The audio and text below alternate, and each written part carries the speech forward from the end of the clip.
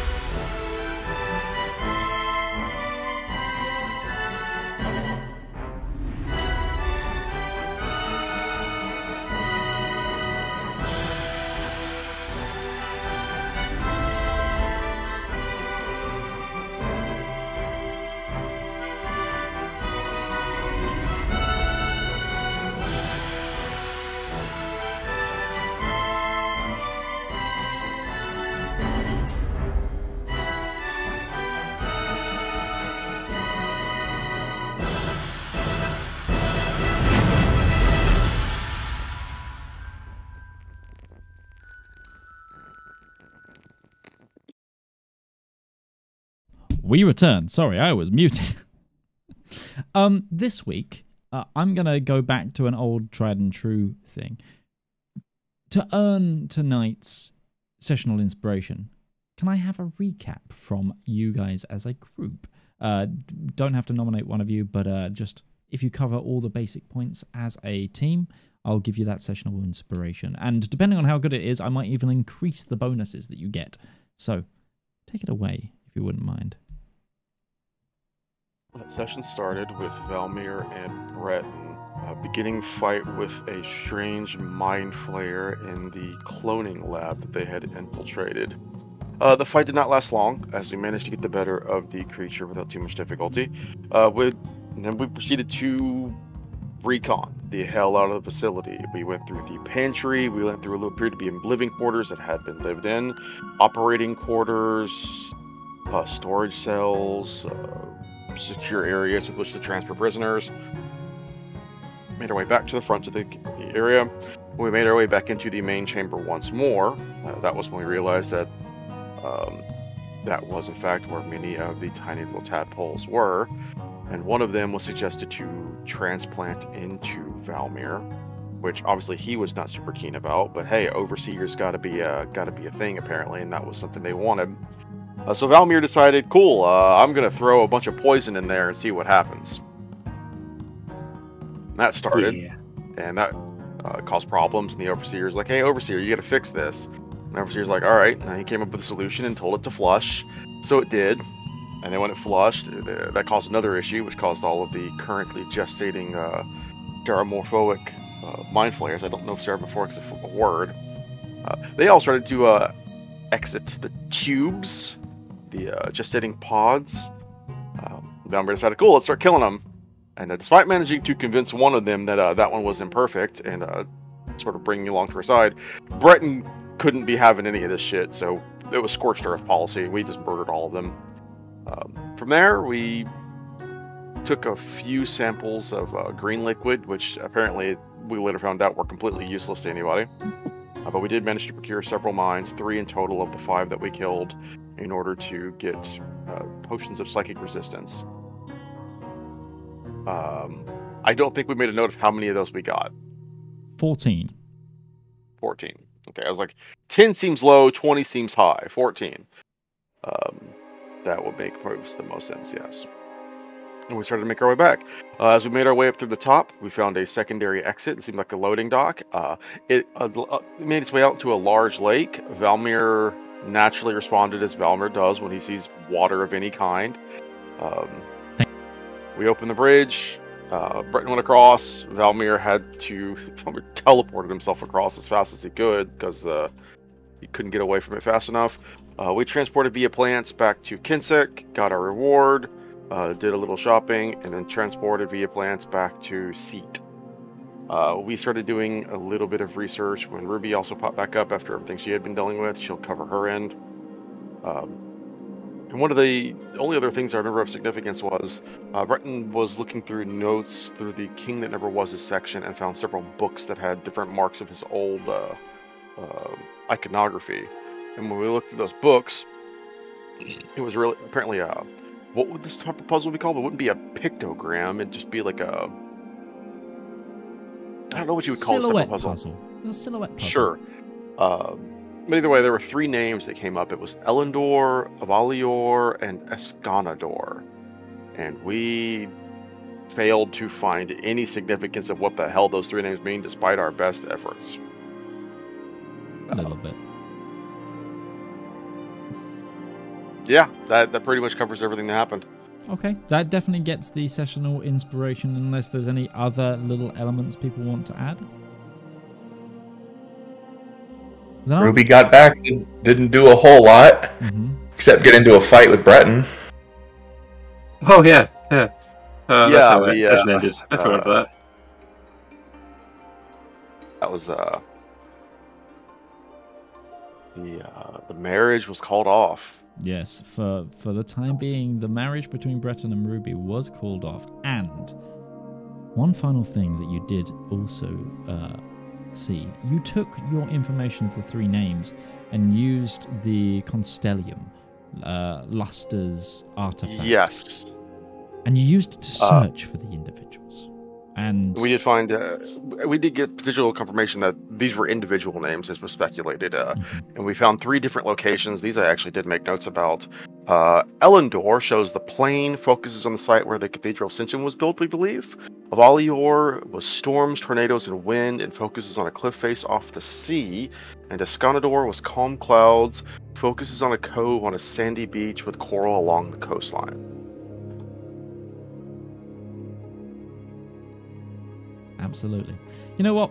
You've got that in such good detail there. Like, I'm going to give Breton an extra D6 bardic inspiration from Ulfric the Bard Scholar, who is writing this campaign, for you to use as well, in addition. When I use my powers for good, there's no stopping us. Yeah. Well, fantastic. So, we left off with you all in the Cathedral of Ascension, packing your things, getting ready to start journeying, I believe, to the Zardom for the first time. How would you, as a group, like to proceed? Obviously, it's a new day. The ritual from the Platinum Chalice has reset, so do feel free to select a ritual. We had, Ruby had 6 days of casting spells at a great discount. Yes. How many days are we into that? We are. I think that was the last day. I thought we were 3 or 4 days. Today is the last day. Hitting the, when she hit the, because Valymr and Breton were gone a day and a half. Yeah. But she left a day-ish earlier than you, and it started before. So I think there's 1 more day of it, at the very least. Okay. Useful to know.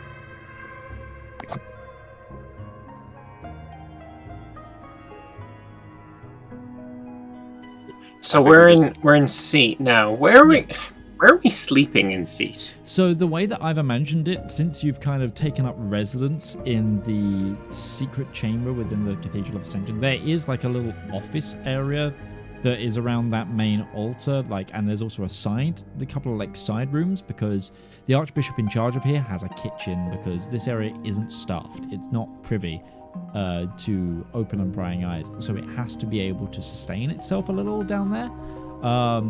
So there is enough room where, like, cots and your bedrolls, and so essentially you've made a camp down there. I would say, like, very similar to, like, Baldur's Gate camps. You've got a camp environment there. With an owlbear. Yeah. Okay. Not like we need a lot of room. Yeah, we've got a lot of room. This is it's like a church-size main chamber.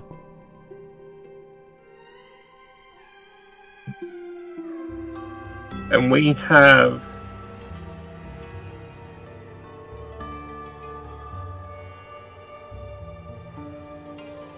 We've unlocked we know what all of the boons are now.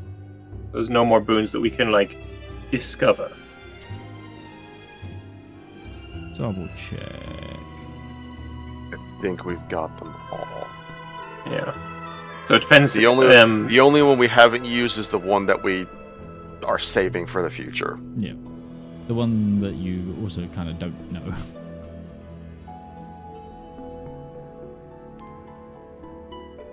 Yet.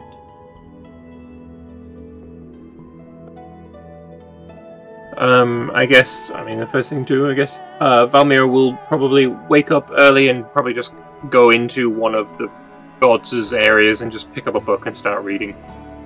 Okay. Sure.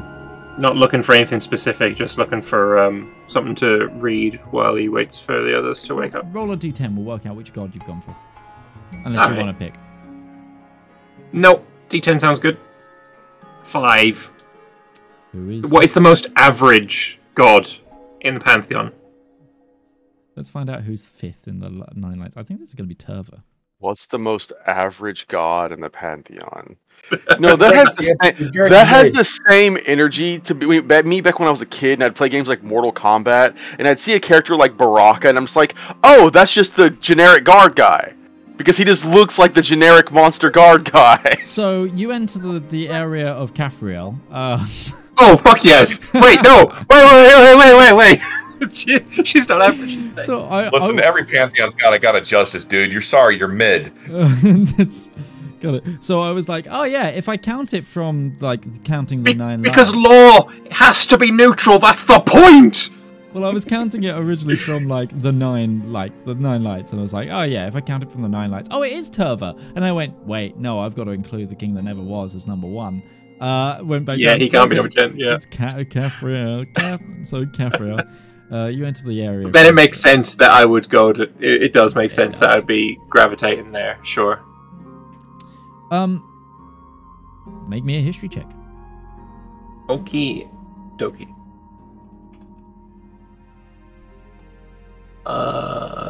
History...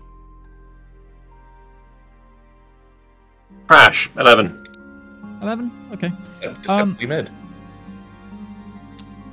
Well, again, low rolls in this location still can grant you some additional knowledge or findings. You actually find a book that seems to be an interaction between Caphriel and Indar. And it's talking about the moments after Caphriel was blinded. And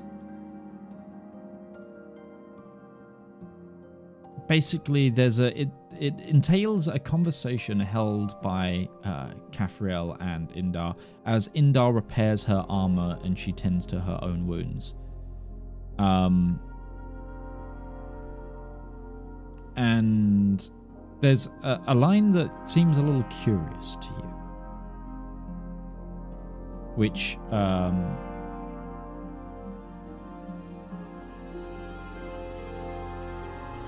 which Cathriel asks Indar, how will you leave your mark on this world? And Indar says, like all true craftsmen, my mark is there for all to see. Hammered into the stone and the steel.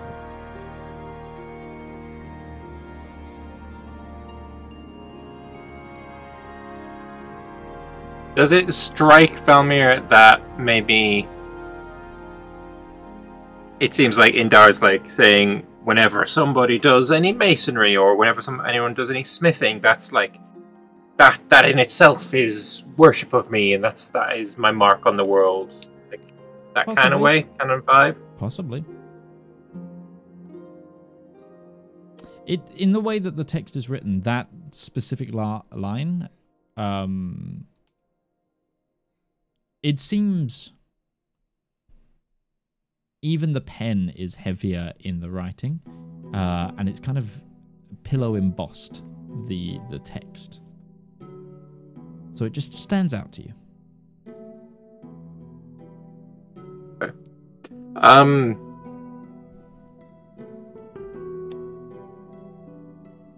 While reading this, I would also, I don't know if it's going to do anything, but I would put on the blindfold and reattune to it, get the true sight. Just, I feel like reading with Cathriel's blindfold probably gives me a better, if I'm in Cathriel's area, might give me a more insight, I guess. I don't know. Might indeed.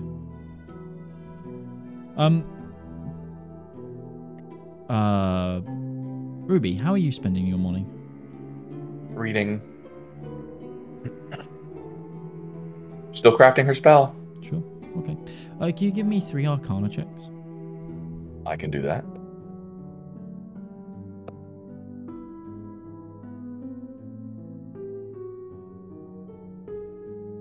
$21. Natural 1. And natural 1. Oh, no, sorry, 14. Progress is slow. Something has... Let's just say she's distracted. Yeah, you're very distracted. What currently are you progress points on your spell right now? She's 3 out of 10. Okay, go to 3.5. Okay. There's just something that you haven't quite mastered in your current line of scripting. Breton. No, it's fine. How's Breton starting his morning? You are muted, sir. On Discord. Breton was under the impression that we were going to be leaving pretty early as we woke up. So I guess people are kind of busying themselves with that. Breton's not going to go into research. Breton's going to do a quick pace of the nearby. Actually, I guess it's not something where he can just really go out and like pace the troops as he's done before. But he's just going to make his way. He's just going to make his way out and see like where the troops connect into the city, basically the long tent camp that stretches out from Seat to the shoreline. He's going to make his way out into that, and he's just going to see like what the morale is like how are they holding up over these last couple days. Like it's been a few days, like nothing terrible has happened, so he doesn't imagine it's gotten worse, but he's just curious. Sure.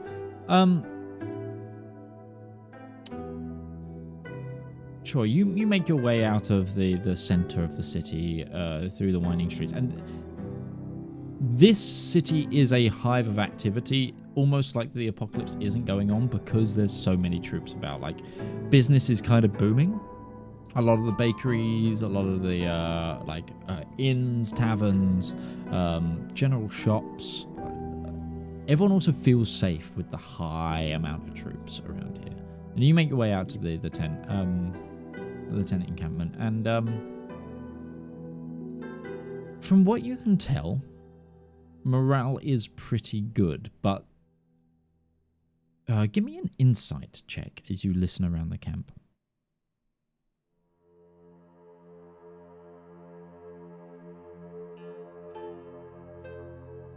15. Okay.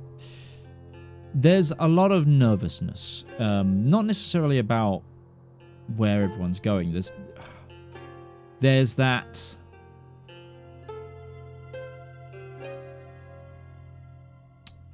valiance of necessity with what everyone's going to do. Sure, people are scared and nervous about it, but they know that it's a task that they have to do. The thing that you pick up on most is people are, one, anxious to get going, but two, worried about home, because they've heard so many reports that this is happening everywhere. That we haven't seen much of the effects of it, but there are demons raining from the sky and just attacking everywhere. Cut to an Elendor side story where it's just a group of adventurers during this time, but they're low level, just facing off against low level demons, this is just adventurers getting their start, yeah. Hey, there's plenty of adventuring parties that have just gotten their start for sure in this timeline. And others, space for a one-shot. And others that have been TPK'd already. But no, you demons don't care about proper, yeah. If I had to put it out of, like, a rating out of 100, they'd be on about a 70, round-wise. I mean, with the end of the world looming, I suppose 70 is about as good as one gets. Quite possibly. Yeah, Breton's just gonna busy himself here. He's gonna talk to people. He's gonna do the Captain America thing. Sure. See if he can't. You actually want to do a round of carousing, of morale boosting? Yeah. Sure. Like, see if he can't keep those spirits back a little bit higher. Show that, like, I haven't forgotten about you. We're still working. Don't worry. Like, the time is coming. And the catchphrase of this apocalypse, I think, and this is the joke that we have a catchphrase of the apocalypse is, this time tomorrow you'll be heading home. Because the sun refuses to rise. Yeah. I like that. I really like that. Breton. Breton has had a lot of opportunity to shine this campaign, but he's a charming guy with a good wit. Breton. He's just been kind of he just hasn't. Give me a persuasion check at advantage. Sure. I'm actually not bad at that. That's not persuasion. Persuasion is actually one of our best skills. Oop, I rolled that twice. The first one was a 22. 22. Yeah, you seem to be having an effect, and it's there's a lot of, like, other knights that have heard of you and heard of what the party's been doing. Rumors are very, very quick to follow when hope is lost. Like, symbols of hope do travel quickly when things are looking bleak. So there's a lot of people who recognize you from, like, cities that you know you've never been near on this campaign and, like, on this trail. And there's a noticeable difference. Like, it starts off with a lot of the various, like, men-at-arms and sort of people who have been levied who come up. And then you get a few, like, questing knights. And then you get, like, an officer tells people to, like, clear away, and then the officer talks to you. It's like, it's a little bit of a chain, but you get through it. And the area of camp that you head to, which isn't too far from the walls, you're offered, like, breakfast, and it seems to have an impact. Yeah, that's what I was hoping for. Okay. But about this time, I would say that all of you will have had enough time to gather your things. What ritual are you selecting as a team today, if you are, or are you holding off? We are not going to. I don't think we're going to get into any fights. At least I don't think we're going there with plans to get into any fights over there. We might, but so I don't know if I don't think we need air strength. I also don't know if we need hero's aid. I don't think we're going to go there and we don't expect to get poisoned or frightened, which if it was frightened, we'd be fine. So I think we're good on that.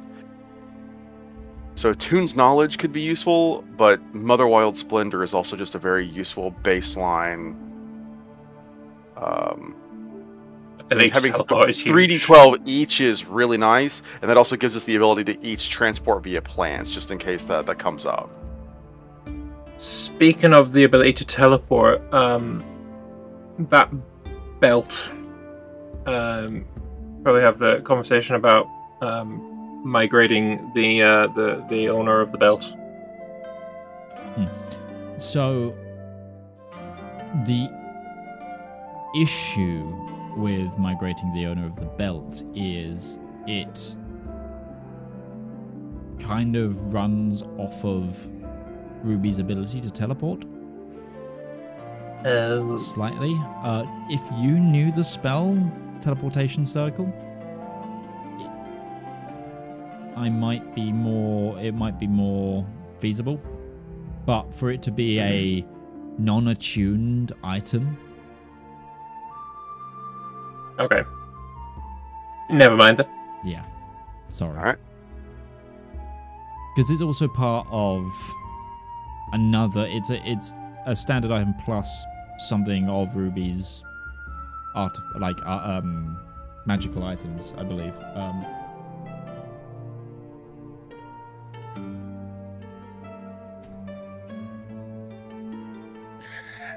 Is there a way... I'm sorry, I'm not going to interrupt your thing. I'll ask later. No, go ahead. Is there a way to combine the powers of staves or things together? So I don't have to attune to the Staff of Teleportation and the Staff of Fire and to... Not without a... Not without a very, very strong artificer. Because the staffs are their own... If only I knew one. Yeah. The issue you run into as well with staffs is they're kind of attuned to their schools of magic as well. So combining a one that is mostly evocation with one that is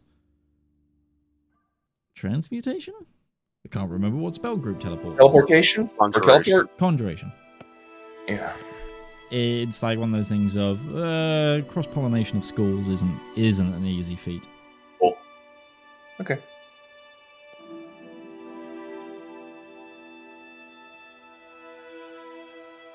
Yeah, reading these, I think Motherwild Splendor. It's always going to be practical, because just having 3d12s we can roll, each is always going to be useful no matter the scenario. Whether or not we get into a fight or we get into, a conversation. We just need to not make asses of ourselves and get influence on people. Or just, remember where we parked the car when we're leaving the big building. Okay. Are you all agreed? So, you sit down for your ritual with the Platinum Chalice. You take the hour and you attune for Motherwild Splendor Boon.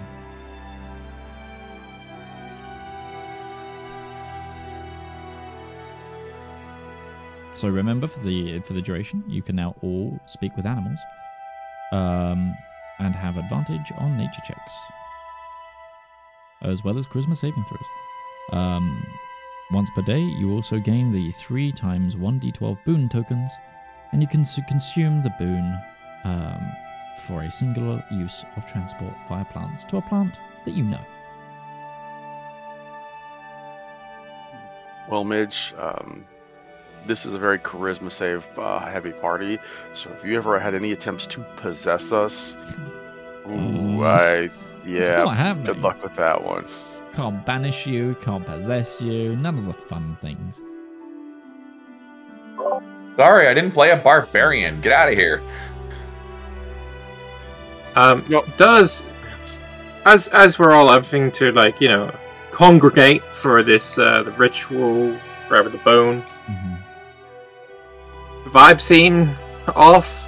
Valymr, make an insight check for me to vibe check the other two.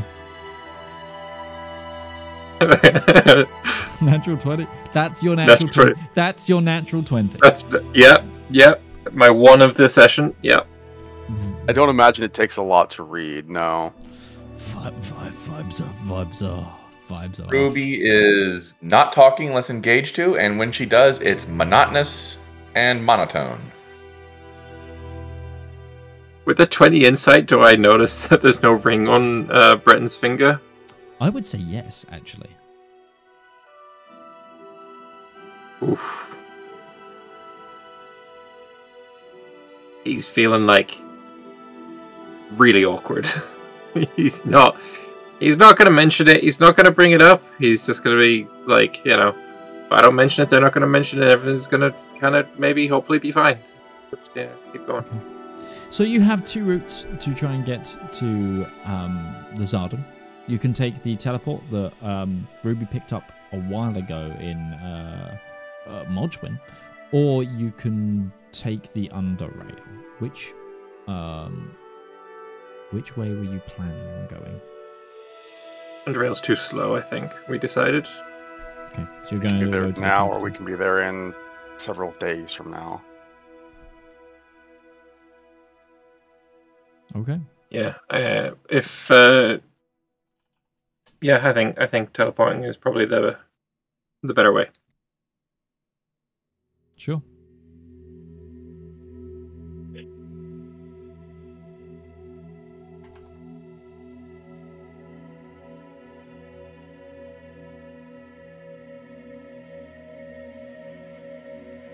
So is that like using the staff then, or is that spell slots, or what? What's Up to the? Ruby. She's got the teleportation circle sequence. Which I'm not attuned to the staff right now, I don't think. Let me double check. So just let me know which resource you want to use.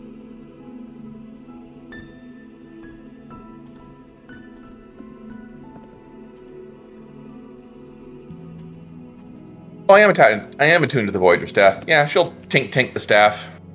Okay. So you're gonna Not use... inside the cathedral. Just to clarify. Right, we'll leave first. That's that. Good call. It's a good idea. Also, Midge, there is one potion of psychic resistance in the party sheet. Can you like edit that to be like Oh, it should 15 be 14. or 14 then? Did I accidentally change the weight or something? We can't see weight. Yeah.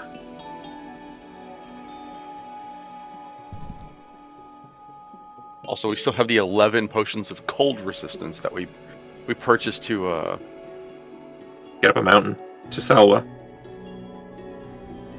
yeah. We used all of 2 of those, I think. There's also a potion of supreme healing in there. Who didn't take their potion of supreme healing? I didn't. I have got one. Because we got 3 of those. There's one for each of us. There you go. Should be adjusted. I don't need it. I still only see 1 psychic resistance.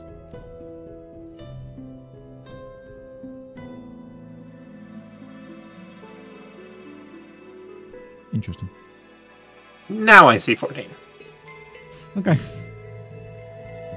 Maybe it took a little time to update. Yeah, I just clicked out of the writing box to see if it updated.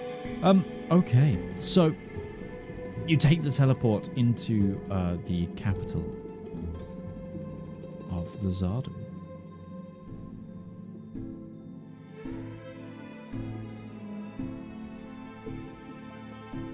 I need 2 seconds. Question on that as well. Would I have been to the Zardan? Roll me a d20.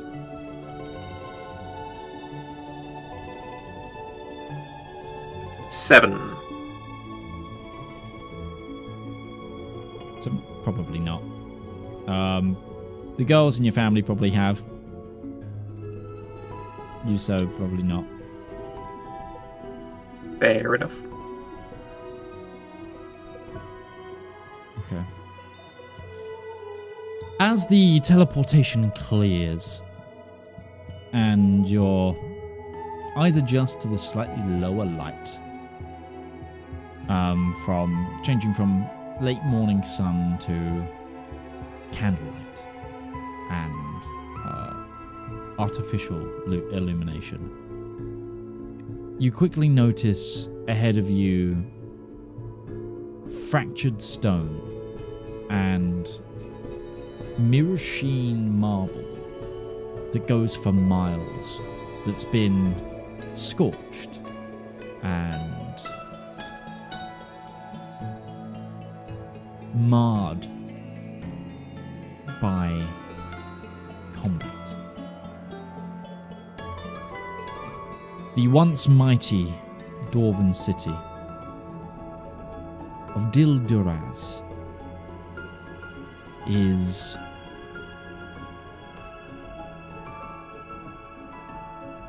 clearly under, or has been clearly under, some duress of late. The grand stone halls still echo with the clang of hammers, but less the hymns of ancestors, more the song of the guildsmen. And it now rings with the shouts of revolutionaries. You notice in the distance 2 banners seem to be taking the main sort of iconography. Clear stone statues of once proud dwarven kings and czars have been draped with either the gold or the black flags, well known to the various guild revolutionaries. The streets seem active, but rather than royal guards or armed soldiery, you see people that look like workers with cobbled together armaments, taking up guard positions, often with a black armband or neckerchief or some sort of blackened piece of fabric as an identifying mark to show that they're military in some way. They're not stopped, not accosted, but things are a little different here.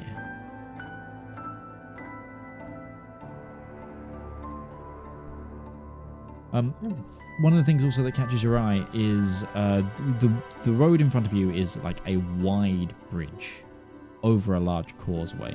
The bridge actually also has multiple rail tracks, where you see large carts delivering goods, as well as like passenger trains making their way down. But there's also like a road each side where you see carts being pulled, people walking, all towards what seems to be the main city gate.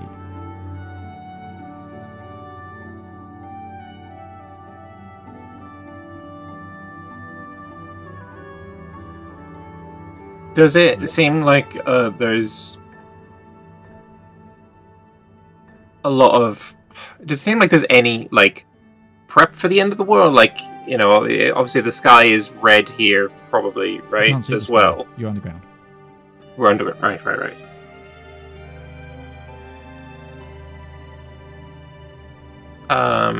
Does it look like there's, like, any extra defenses over what would be normal? Can I make a vibe check on what I can see in the city? Yeah.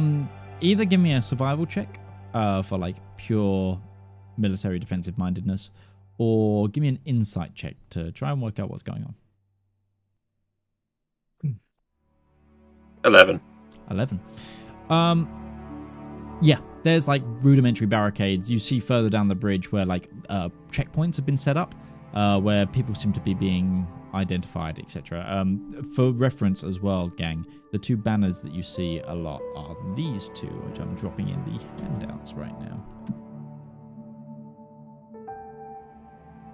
Those are really distinguishable. I can really tell which one's which. Mm-hmm. They also look... I'm looking for the hammer and the pickaxe and the screwdriver? Chisel.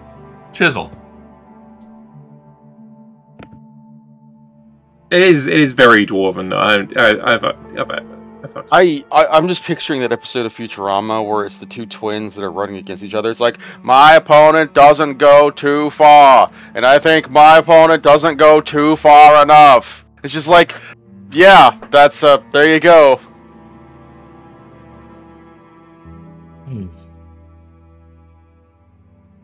Well, this is charming. How do we stop a country in the midst of a civil war during an apocalypse while also find the person we're looking for? Oh, I don't think this civil war is something that we're going to solve with the time that we have. That's Find the quitters person talk. we're looking for. We might. It's not something we should spend extra effort on, I should say. Quitters talk or not, we do have a mission. When we held the second summit, we asked for envoys from the Sodom, and both factions sent representatives, correct? Yes. Yeah. Yes. Perhaps we should go to the offices of the people we sent those messages to, so we can begin our... You also, just as a note, you will also remember that all the revolutionaries died at the summit, and the Tsarina escaped.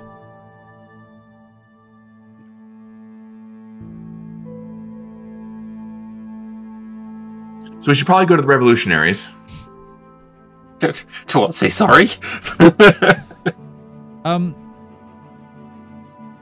your insight, Valymr, which faction does the Alleged Empire nominally support? Neither. Everyone. And you said everyone. So basically, at the if you remember back to the second summit, give me another insight. That's another natural 20 insight check. that's a natural 20. Okay. Yeah. If you remember at the second summit, you were the first people to officially recognize the revolution as a nation state. So before then, nobody. You were the first people to recognize the revolution. Second of all, from what you remember from the very, very brief discussions people had with the revolutionaries, they have two identifying marks. The flags that you're seeing, both flags, belong to the revolution. From what you can see, the revolution has taken hold in the hold. The capital has fallen. Okay. So they sent a bunch of leaders. All those leaders died, and apparently that just made them angry. The leaders are clearly holding them back. Yeah, the 7 chairmen that were sent, I believe. I think it was 7. I think I made a 7 dwarves pun and nobody got it was Hillstone, Iron Gates, Grisbane, Greyboot, and Cragbarrel. Oh, was it only 5? Okay. Well, Sleepy was asleep, right? Drowsy. So, technically speaking, we were the first people to... I mean, we didn't make it official, but we were the first person to give them any credence of an existing force. Yeah. That might have gotten credit. But they also lost everyone they sent. And what we've experienced with other places we've gone, people aren't too happy with us about that. Wasn't our fault, and the dragon was killed by our hand. I'm on that side, but what I'm thinking is, as I look at the situation, I think the Free Guildsmen are going to look at us like, you're the assholes who called the summon and got all our leaders killed. And if we go to the Zardom's going to say, you're the assholes who recognize the Free Guildsmen. Damned if we do, damned if we don't. So, we're going to have to talk to people, but we should just be ready for them to be opposed to us. We can be quite charming when we want to be. But considering the Free Guildsmen are the ones that have seemingly taken the city, I think it's a good place enough to start. So, go find a committee to talk to, I guess. Okay. So you're just going to start walking towards the city? I think so. Okay. Yeah. After about 5 minutes of walking, Breton, you were going to say something. Sorry. Sorry, my brain was just going to make a joke about, well, if this is the Free Guildsmen and this is the Revolution, then there's probably a public forum or somewhere where people are, like, speaking out their minds, so let's just see where people are talking. But make our way to the city first, yeah. Cool.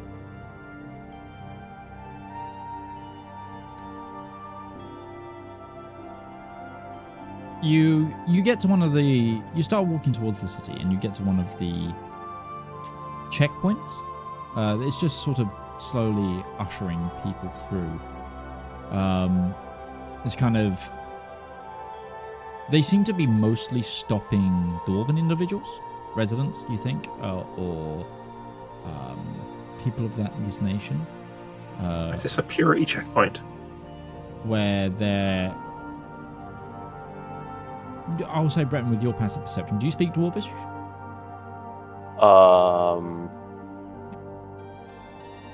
Yes. You pick it up quite quickly. It's just like they're like it's mainly looking for residency and identification papers. Oh, good. They traded their Tsardom for a fascist police state. No comment. And you see what I did there. It doesn't seem to be out of it. They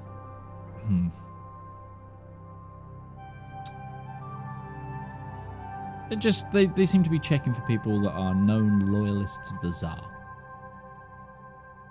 But eventually you get to the guards. And you see a young-looking dwarf, probably 30 in Dwarven years. He's got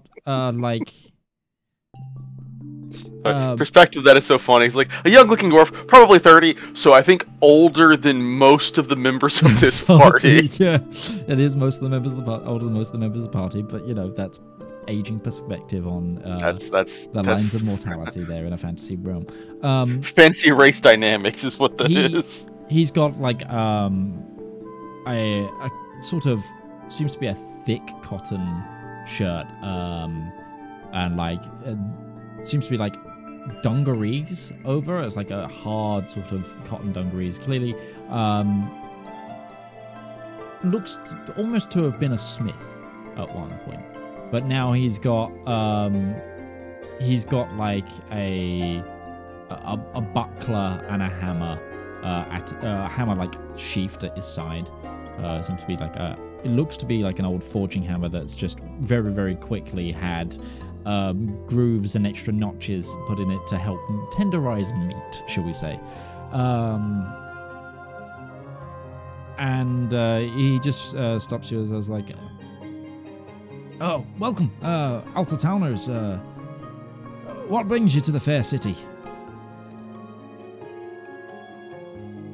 I think when they realize, like, Breton kind of looks back, is like, "So how do we explain this to them?"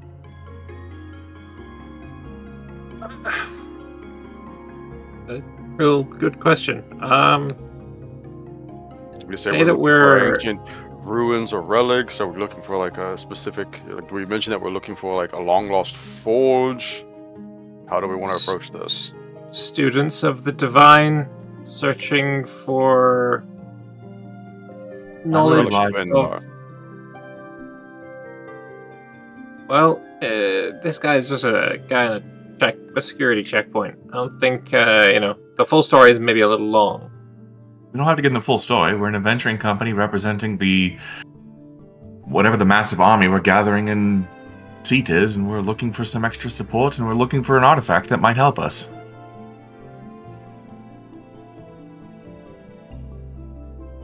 Technically, we are also still kind of looking for evidence of what's her face that I've that remember suffices. the name of. We are here representing Seat and the army against the dragons. That suffices and is fine enough. Breton just turns back. I don't suppose you speak common, do you? Aye.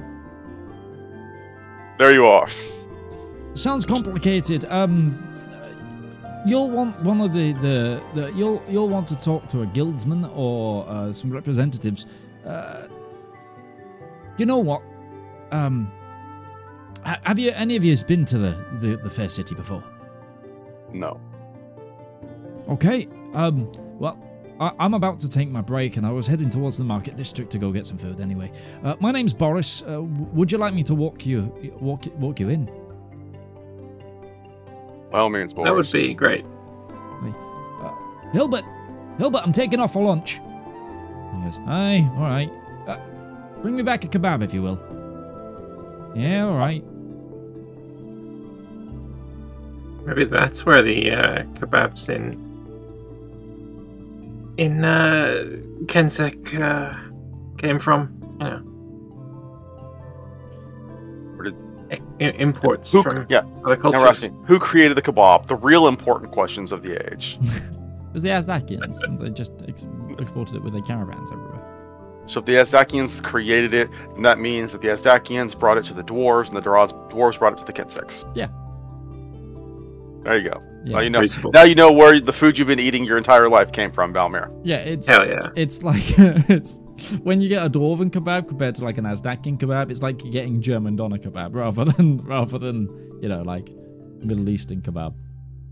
And then Kensek is just Turkish. insect and mushrooms and.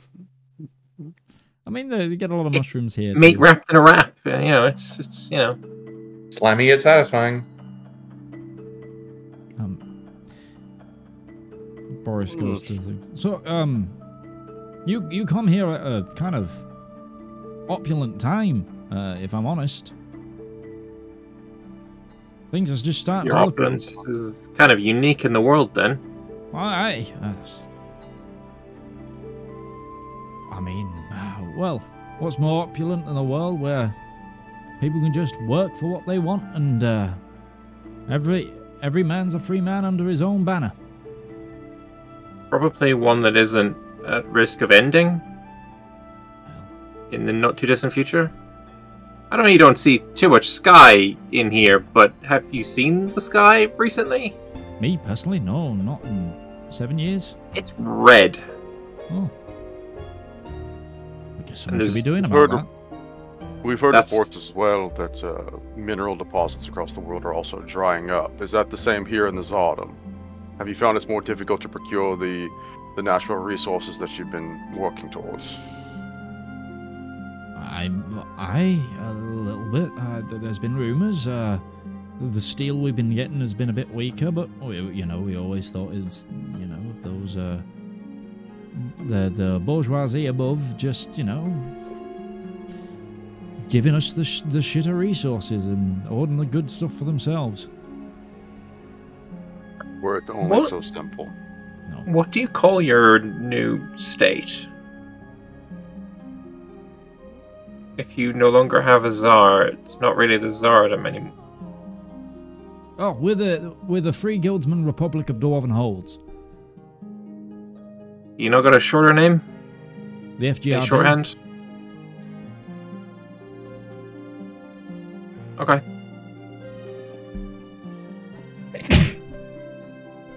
Gesundheit. Again. And the third time. I managed Dwarf to mute sneezing it for you free. guys, but not the stream for a moment there. Apologies, everybody. Dwarves sneeze in triplicate. I never sneeze just once. It's it's my Twice biggest for me. hits. We got a buddy named Michael, Bethany. That guy, whenever he would sneeze, at least like 10 to 11 times every time. Jesus, yeah, My no, lord. he was My longest was 47, and I got a nosebleed afterwards. Yeah. 47? Yeah. You That's- that something was Something was disrupting your wrong. nasal cavity. Yeah. So- That's gotta is- be a Guinness Book of World Records there, Midge. So I was really badly suffering with allergies, and also I'm one of the 1 in 3 of the population that sneeze in sunlight changes.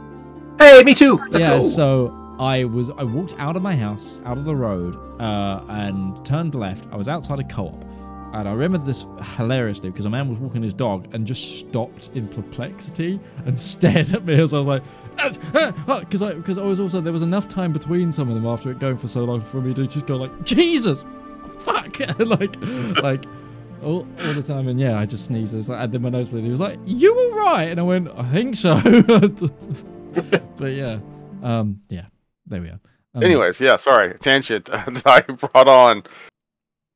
See, there's a light beam across your face, and I'm like, yeah, that's what caused the it sneeze. probably is. Yeah. Well, the FGRD, the Free Guilds Republic, the Guilds Republic. It's, to be fair, a name for the state and a name for the capital is actually being voted on right now properly. But Fair enough. Clearly, you have your priorities straight. Have you had any How- incursions with extraplanar beings that have been attacking your mines, attacking your city? Uh, uh, Aye, rumors has it that a few of the other holds, mainly the loyalist ones, if I'm totally honest, have been having a lot of trouble from the deeps. We normally get a lot of trouble from the deep, just generally. It's one of the grafter being, a worker and a miner, but or the people of the earth. But it's stepped up a lot, and it's it made time. It made the good fight a bit harder, but we're through. We're on the other side of it now. Was the capital taken bloodily, peacefully? Some blood. Some of the most loyal guard battalions held up in the more rich regions of the capital city. But when our forces entered, a lot of the civilians also rose up with us, and it's we've been on a bit of a winning streak since the Tsarina fled, went into hiding. When was that? You never made it back to the summit. So she went to the summit, as did some representatives from the guilds. It's funny you know about that, actually. That's not commonly known from from travelers that have been coming through. And then apparently the summit was attacked, and then she hightailed it afterwards. Took the royal court. Haven't been seen since. The Zarina never came back to the Zardon. Rumor has it. You don't know her whereabouts now? Nobody does. It's one of the reasons we have these checkpoints at the moment. We're looking for loyalists and people of the court that might know something. Breton won't say anything, but he'll give a look towards Valymr and Ruby, just like, is that worth us finding out? Because we got snapstones, just one message, and we could just... I reckon they might have tried snapstones before, though. Yeah, but I don't imagine the Zarina would respond well to the free guilds being like, tell us where you are so we can capture you. We're the individuals at the summit. We're the individuals who tried to make sure people got out. You might be more willing to listen to us. On that, I guess, mechanical question, but if you are reached out to via sending or message or snapstone, and you have that the person can respond thing, can you choose not to respond, or is it just the next 25 words out that you think you can choose not to respond to a message? You can choose not to respond. Okay.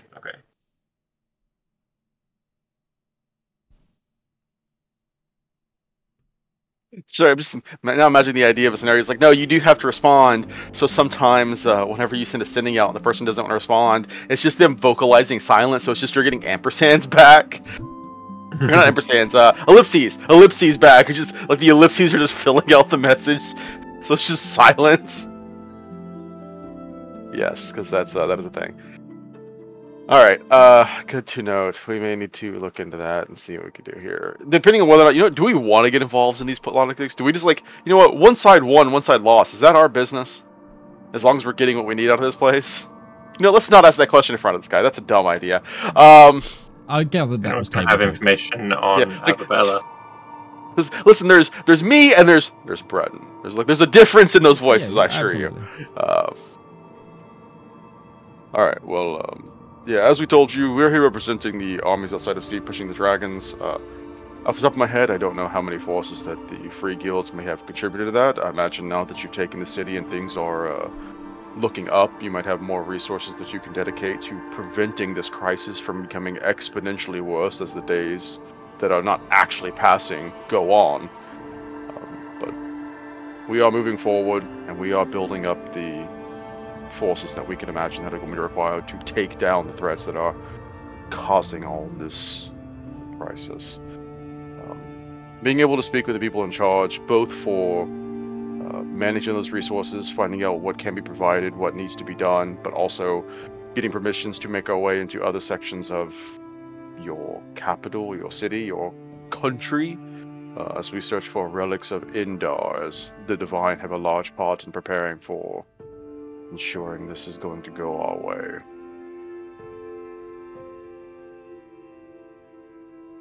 Kind of nods. And just like, I mean, you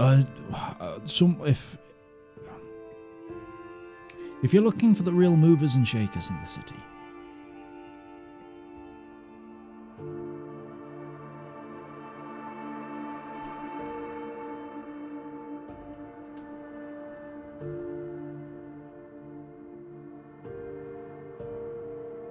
This is very much coming off as like, yay, the revolution was a success. Now who's going to be in charge? And everybody just kind of looks at each other like, well, it should actually be, it's just argument where everybody's like gesturing towards themselves.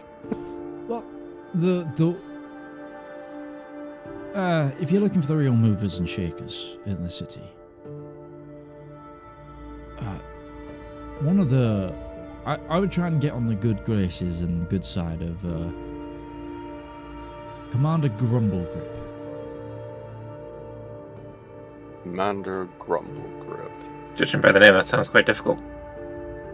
Oh, aye, the name does go with the territory with that one.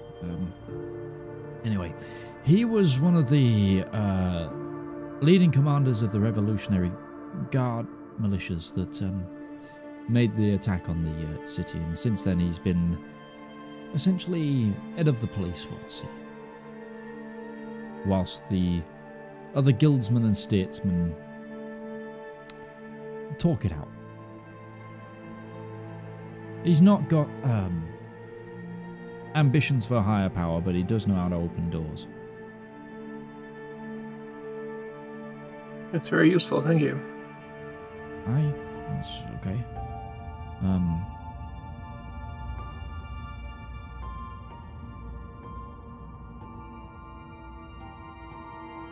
Sounds like a good place to start. Where would we be able to find him? He's taken up in the old Royal Guard barracks. It's at the gate of the third layer of the hall, which is where it started to get to the more royal districts. It's a large blockhouse. In front of it's got 4 of the gold banners hanging out the front of it. You can't miss it.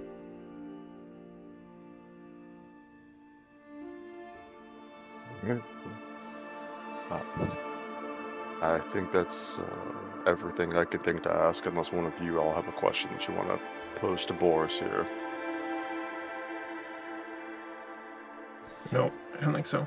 At this point, you've walked the main length of the road bridge, and it's now started to give way into actual city. You've gone through the main gates, and it's got a lot of similarities to Modgwin in terms of construct. There's like been a large wall, and then there's been buildings up that wall, and then it's rows and rows. But there's more of a grid system here, and you notice that the horde here, it seems to go down. Quite a lot. There's you notice like you get to like almost a barrier where the road ends and splits to like a left and right, one going sort of right to go up in like a spiral up the mountain, the inside, and one going down. So there is just like this hollowed mountain that is just dwarven hole, and then across from you see probably like a layer down. No, sorry, a layer or two up from here. You see like a line where it's just gilded, and then another wall, and he points up to that will be the 3rd district up there. Are we going to run into any more checkpoints, or anyone who's going to be questioning us as we make our way that higher up? Not really, as you head into the city.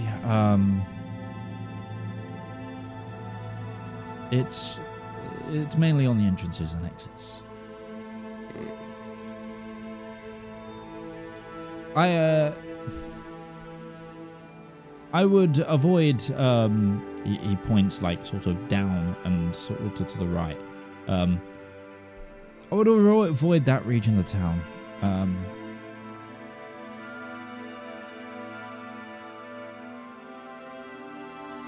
Right now, that's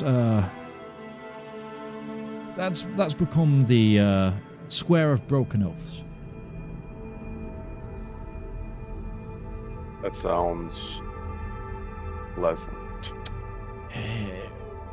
Think of it as a people's tribunal.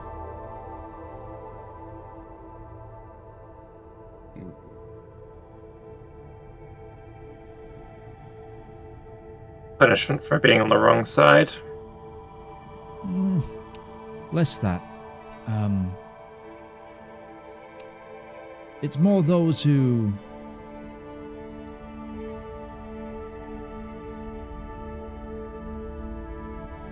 I don't know. It's a lot of people who stole, didn't pull their worth in terms of hoarded wealth. Cruel and unusual punishment on their workers, things like that. Didn't pull their wealth.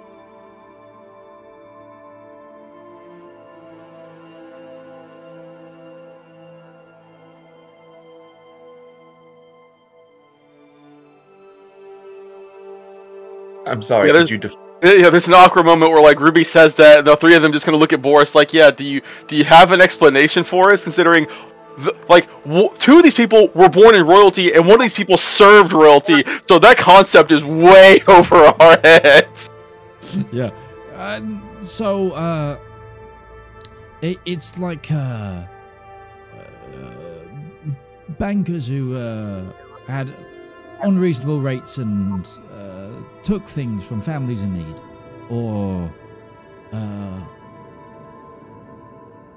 members of what was the royal class that had held years upon years of treasure and wealth that never saw it back into the economy, that just trod us down.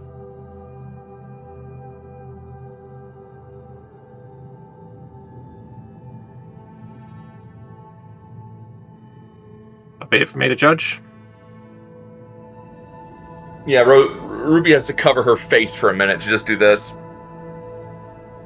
I think Breton's really trying to comprehend that concept of like, so they're punishing individuals whose sin is they accumulated wealth without actually using wealth. It's the way Breton's kind of understanding it. How about the families who happen to be related to them? How do you mean? I mean, I'm no legal scholar.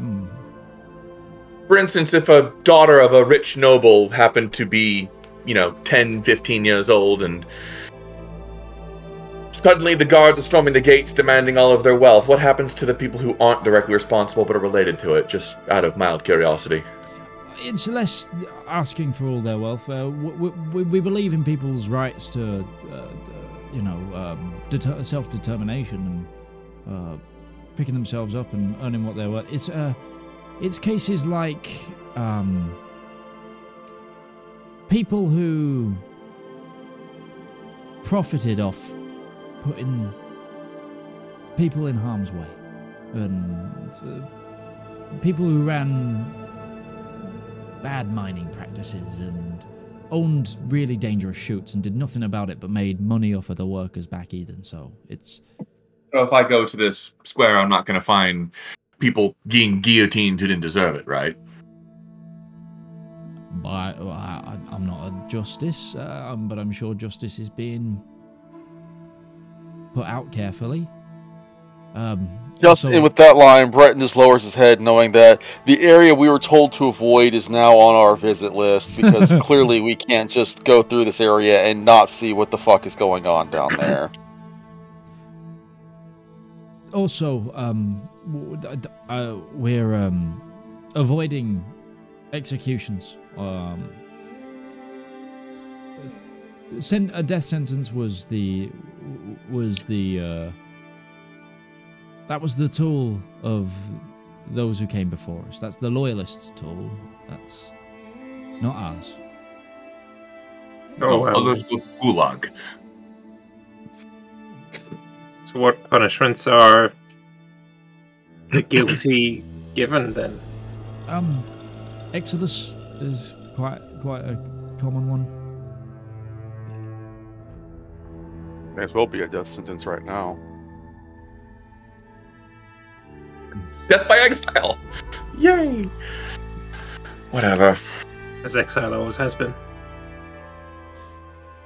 Not a fight right now. Let's just do what we came to do. If you ever, if you're looking for anything, or if you're looking for recommendations, the Red Hammer Inn. It's 2 blocks that way. It's good board and good bread.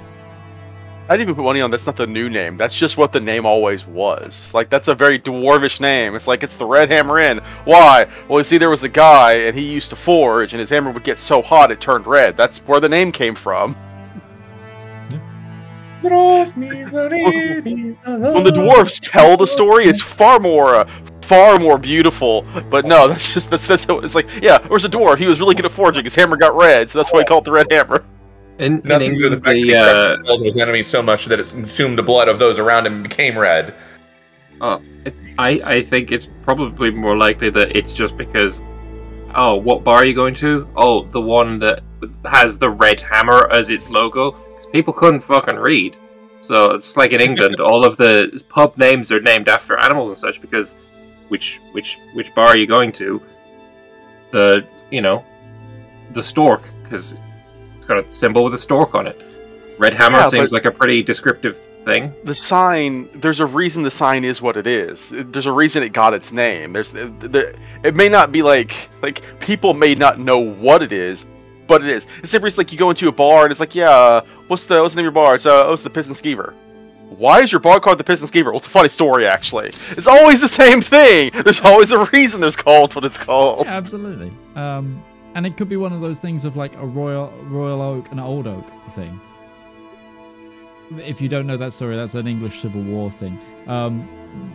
Inns used to be called we'd have like the Rose and Crown, and we have like the Royal Oak was a very, very common inn name in England, but there was cases where inns called the Royal Oak would switch their signs to the Old Oak when the Roundheads army was nearby, and back to the Royal Oak when the Cavaliers were nearby, to just make sure they earn enough profit off of the armies and keeping allegiance, so like switching sides each time just to make coin. Pretty sure that if these guys would have caught them doing that, they'd be in the square of broken promises. Also, remember the revolutionary color in this what is black and gold. Yellow. Yeah. Which is very regal colors, as a matter of fact. Interesting. Yeah, it's what you mine, coal and gold. Coal is that makes sense when you put it that way. Yeah, the color schemes. The black is for coal and soot and graft of the hard labor of the miners, and the gold is the gilded color of guilds and artisans, who turn that labor into worth and value. Yeah, checks out. It's like the two systems of craftsmen. All right, Boris. I think you've been, I said, help, but clearly we have our leads, and I know that you've got work and other things to get to. We'll make our way up, and I guess we'll make our way to find this Commander Grumble Grip first. Alright, well, have a pleasant stay in the city. Up to 3rd District, because the 3rd District's where we got to go. Yeah. Yep. Assuming he is there. You also noticed Breton, make a perception check.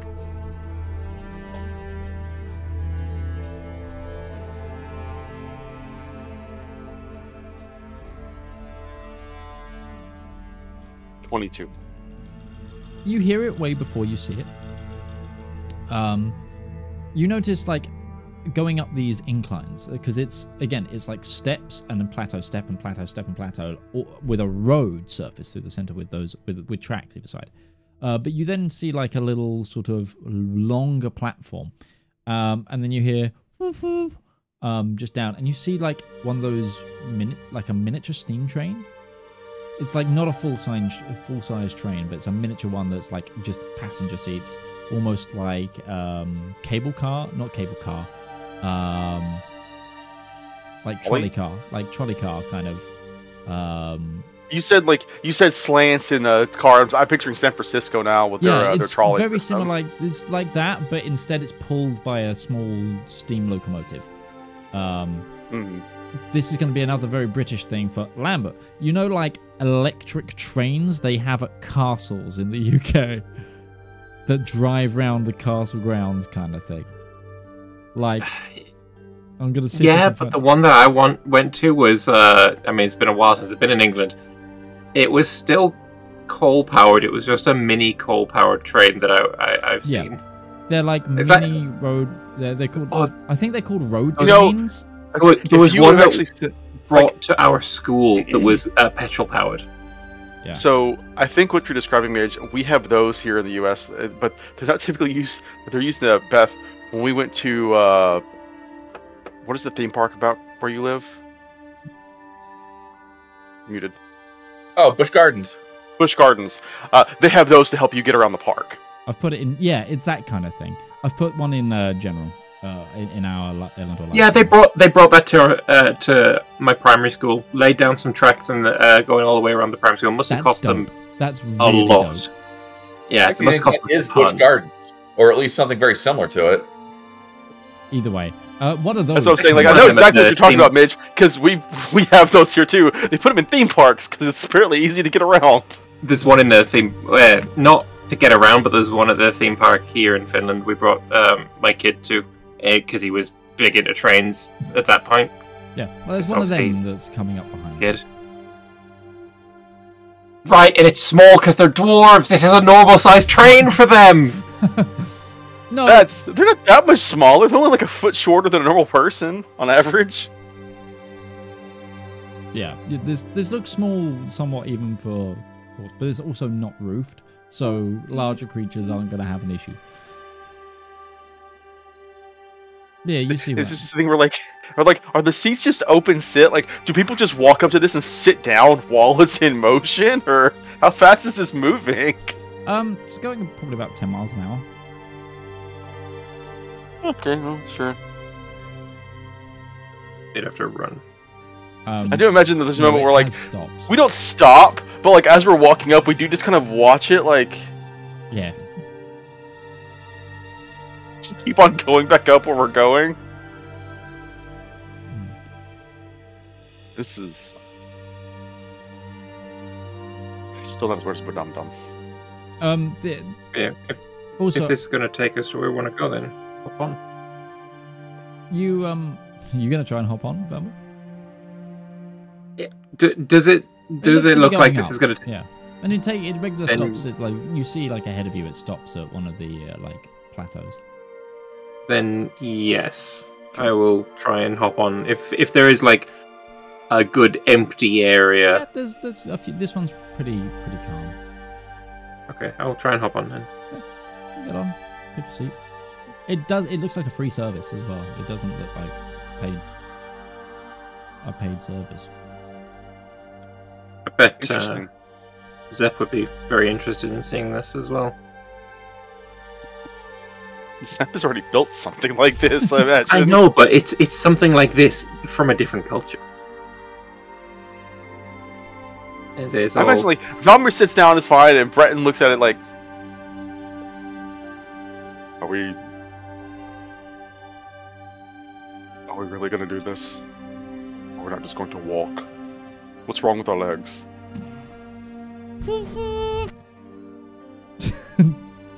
Sorry, I can't hear you. I'm already 10 miles an hour down the road.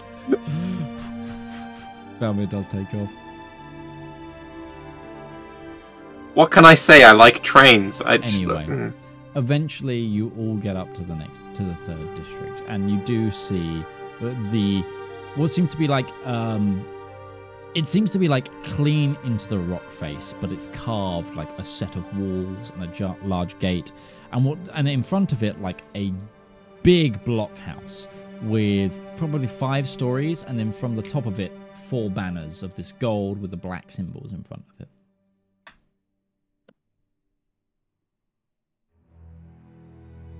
All right, so Commander Grumblegripe was in the former Royal Guard barracks, and that was described as. Bert just kind of looks around for a second. Right, barracks. Yeah, you see the blockhouse.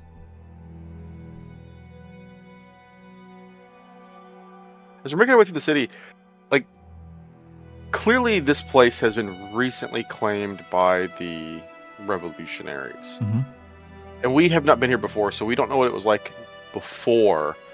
What is the tone on the, like, what is the tone of the average person on the streets? Like, do people seem nervous? Do people seem relieved? Do people seem like overjoyed? Is this bordering closer to celebration, or is this bordering closer to like, pull your coat up and mind your business scenarios? Yeah, give me an insight check, just a general one. We don't plan on getting involved right now, but this might be a thing that one day somebody gets involved. That's a 10. From what you can tell, it's a case of people seem overly okay. Like, there's people like putting up new signs on buildings where they've been hit by something in the fighting rubble. There's people taking down certain barricades or checkpoints. There's like no active like signs of blood or dead bodies in the street or anything, and it's clearly like there's a cheerful hum to the city. There's like, yes, there's people cleaning up rubble, and yes, there was a battle here, but it's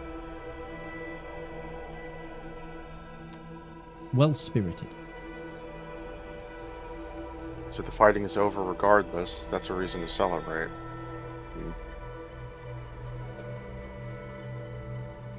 Also, this district entrance, there seems to be a large clearing here on this platform.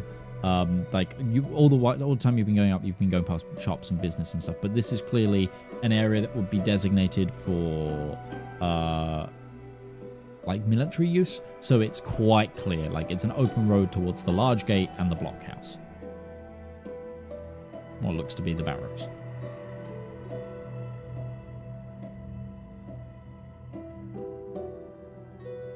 Yeah. All right. Okay.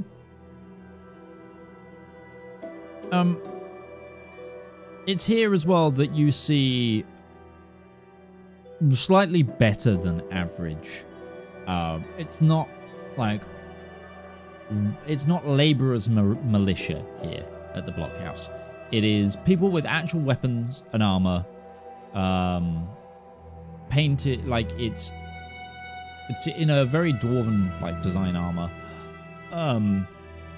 but it's had the shine taken out of the metal. Like, it's been purposely like painted and blackened in certain places, with the metal bits being mostly like blackened, and then parts of the armor either having the symbol physically painted on it, or being painted in with a yellow check or yellow patterning. And these guards look to be like properly armored, what you would expect military to look like.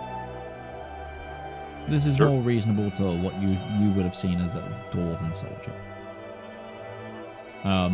You're not stopped entering the barracks, and in front of you, you do see like a line of clerks. Didn't stop us entering the barracks. Like the main door. Is that unusual? Possibly if this was back being a Royal Guards barracks, but from what was being said, that this is being now like a town guard sort of police HQ, less so. And there are other civilians like here, at various clerks. Seem to be people making reports.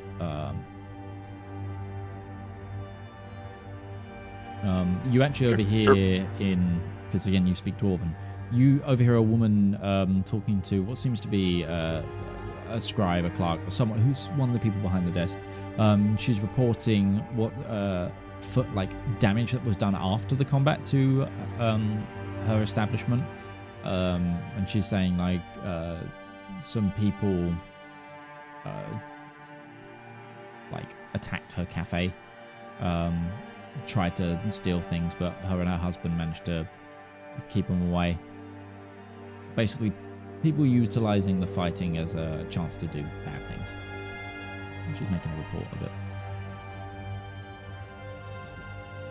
It's not all perfect in paradise, but that's sure. I guess approach a re-clerk. Mm-hmm. You see a short-haired dwarven lady. She looks at you and automatically switches to come. Hello, sir. How may I help you? We're hoping to arrange a meeting with Commander Grumbleright. Commander? On what business? Representatives of the army of Seat for the battle, the army against the dragons. The army against the dragons. The people that are trying to keep the world from ending. Can I? She kind of. It's like one of those things of. At first, she was kind of confused at what you were saying, and then when you become very insistent, she looks at. She kind of looked confused and then just goes, "Can I take a name?" Breton Montelier. With the Skyfire Adventuring Company. The Skyfire Adventuring Company. What's left of it anyway. Oh, well, all right, I'll, would you mind waiting here a minute? Breton just nods and turns back, like... They seem a little disassociated with what's going on in the outside world, don't they? They do. You think it would have gotten us more in there if we just said that we were representatives of Godric the Emperor? We have information about this arena. I don't think lying about that is a good idea. After about 5... I don't think saying that at all is a good idea. Yeah, true. After about 5-6 minutes, the lady comes back, but this time she's not at the desk. You see her come through like a side door, and she goes, "Excuse me, Mr. Montelier and the Skyfire folks. Would you mind following me, please?" Can I do a insight check to see what her vibe is while she's saying this? Do I detect hints of threat? Do you hit? Okay, yeah, go for it. 21. You detect hints of flustered. Like she's gone in with a query to the boss that she didn't really understand, and you're getting the impression that he was you're now being rushed to see him. I will then follow. I have this thought in the back of my head. You ever think this is how the Grey Wardens felt in Dragon Age? It's like, clearly there's a threat building in the realm, and these are the people who are doing something about it, but everybody's just like, yeah, but how bad is it really? Do we really need to help? It's like, just listen to us, okay? We're not trying to trick you. I never played Dragon Age, so I couldn't say. But sounds like it. Follow her back. All right. You follow her back, and you get taken through. There's also clear signs that battle took place in this building. Not surprising. This was And the holdout of the primary defense. This would have been their last hold, I imagine. it's one of them. You think it's very much one of them. It's not really totally defendable because obviously it's outside of the next section of wall, but it clearly would have been held as part of the defense, probably delaying action of some sort. Plus it was a barracks house. There was weapons here. Yeah. It's an armory and a place where they train and house the defense. Of course, the defense is going to protect this tooth and nail. Yeah. So it's got that. Hold out. It's got that signs of battle. It was clearly ala mode at one point. But it's been cleaned up. You notice this is you can look into one room and it's just clearly being used as temporary storage, where there's lots of broken chairs and tables that have just been flung in there for a moment, where they were being used probably as cover or barricading corridors and such. But eventually you're taken up to an opulent a once opulent office with a lot of paintings and royal regalia that has just been either taken down or covered with there is a large banner of the revolution in here. It's clearly the individual now taking up this office has moved is definitely trying to disassociate with the previous occupants' taste, shall we say. I get it. But you see in front of you, not in armor, not arms, in sort of a black doublet, with a beard. They have a beard that is blonde going grey, with 3 braided points, up to a pretty much very kind of slicked back short hair. It's shaved at the sides and then slicked back, kind of 20s sort of style, not long on top, and he's got this black doublet, a clear scar that hooks around one of his cheeks and goes all the way to his lip. Is it fresh or is that? No, old. And then what seems to be a relatively new wound. He has a bandaged up eye. Bandaged on the opposite side of his head.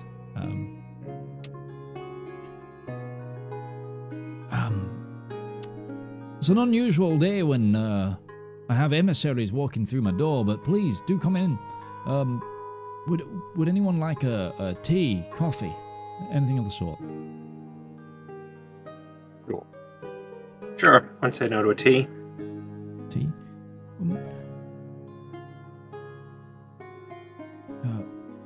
What do you know about the goings-on outside the holds? The red sky, dragons, that sort of thing? I've had a lot of reports. I haven't seen it myself properly. But, I've heard lots. There's been a lot of talk about it. I know some of the other holds and some of the other revolutionary armies weren't faring as well with it, and we just. It's now one problem to the next, I guess. Yeah, that's sort of why we're here. As mentioned before, we are representatives from Seat, and we are part of the efforts to defeat the dragons on the Isles to the northeast. And we're here because we are here to ensure that whatever resources can be provided to ensure that this end of the world does not actually come to be, can be provided to where it needs to go. But also we're looking into divine relics, things that will be useful for defeating the dragons, things that will be, in time, returned where they are supposed to be going. And we have reason to believe that here in this autumn was forged with, well, it was forged with knowledge of an individual using the techniques of Elendor, and a forge that might well have been one of the first to create the great powers of the age of the time. That's what we're looking into. Well, I'm not a theologian myself. I'm a warrior, but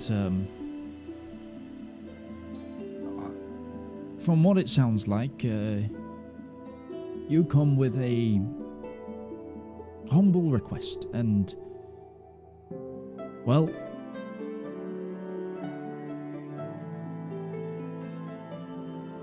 turning their backs on those in need was the Zardum's stance, not the revolution. So, not the republics. So I'll endeavour to help any way I can. Things aren't totally spick and span in the city. Not yet, anyway, as teething problems post look,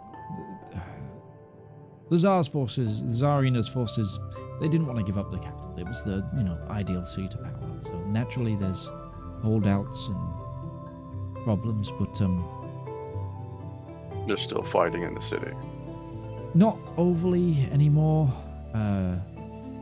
We haven't taken the palace yet properly, but we're trying to negotiate. We're trying not to fight, but some of the royalists in there are stubborn.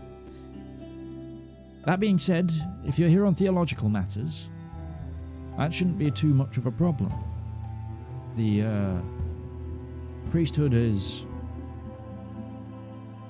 sided with the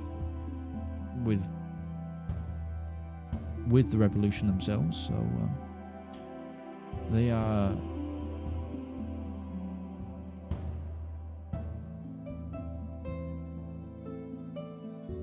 They shouldn't be too hard to engage with. Well, that's Is there anything you specifically need from me? We were told that you have the know-how of the people in the city, and that if we wanted to speak with anyone specific, you'd be a good person to start with. You can put us in contact with who we might need to speak to. A door opener, if you will. Door kicker, more like. I can definitely help out a little bit. If you're trying to look to getting help for a Babuth, it's gonna be a little bit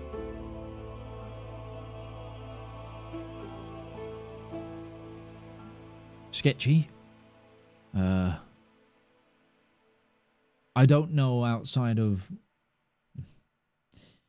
Look, I know what my force is, my army has. And we've only just taken up more peacetime duties. I know some of the other holds and some of the allied revolutionary guilds are still having trouble. The war is far from over, but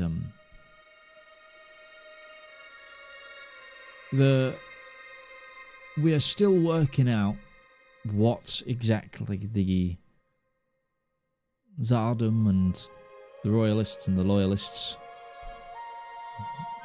had, if that makes sense. And we're not a totally unified system of government, or we don't have a unified army. We're all together in an idea at the moment, so... I have command of the troops of this city, and I have command of one of the bigger revolutionary armies.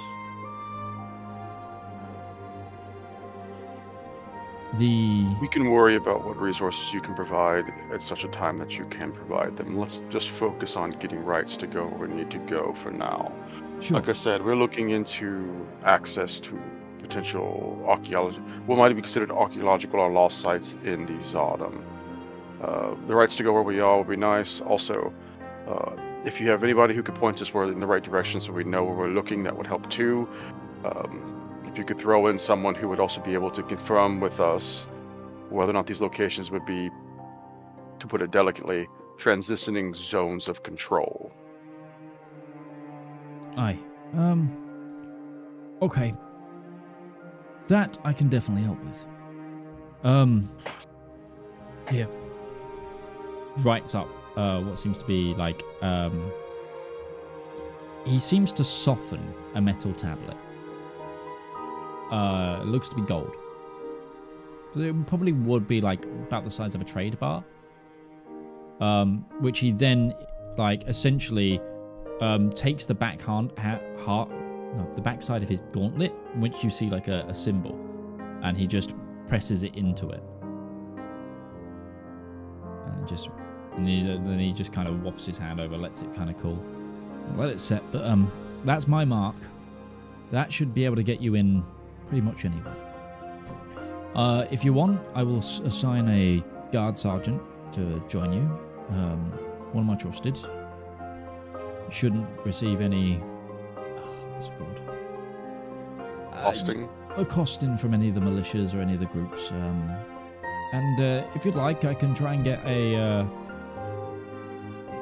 learned individual to kind of join you and help you navigate the city a bit. In that regard, if you're going into some of the older places. I can't promise everything's clean right now. In terms of danger as well. There shouldn't be, like I said, the only loyalists left are in the palace. Which, as long as you don't go through the big... It's very cordoned off. And as far as we know, again, hostilities there have ceased. It's just, well, it's basically a shouting match at the moment. Is there any chance that the information we're going to need might be in the palace? I certainly hope not. We are... This is some powerful stuff that may have been passed down. We've been led to believe that there's a certain individual, who we were informed that may have actually been one of the founders of the Zedaar back when it was created oh so long ago, that might be connected to the sites we're looking into, which would, if I'm not mistaken, tie them to the royal line. Which means that we may need to have conversations with the... I see.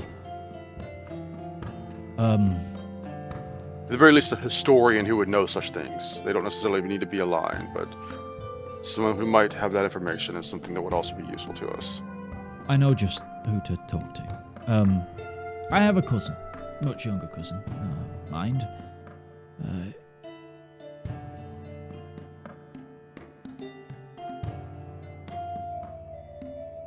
His name is Warren. He was a student of history at the, he was studying his professorship at the university here, in the histories of the Zedaar. I'll send for him. He might be able to help you. Seems like that'll be useful. All right.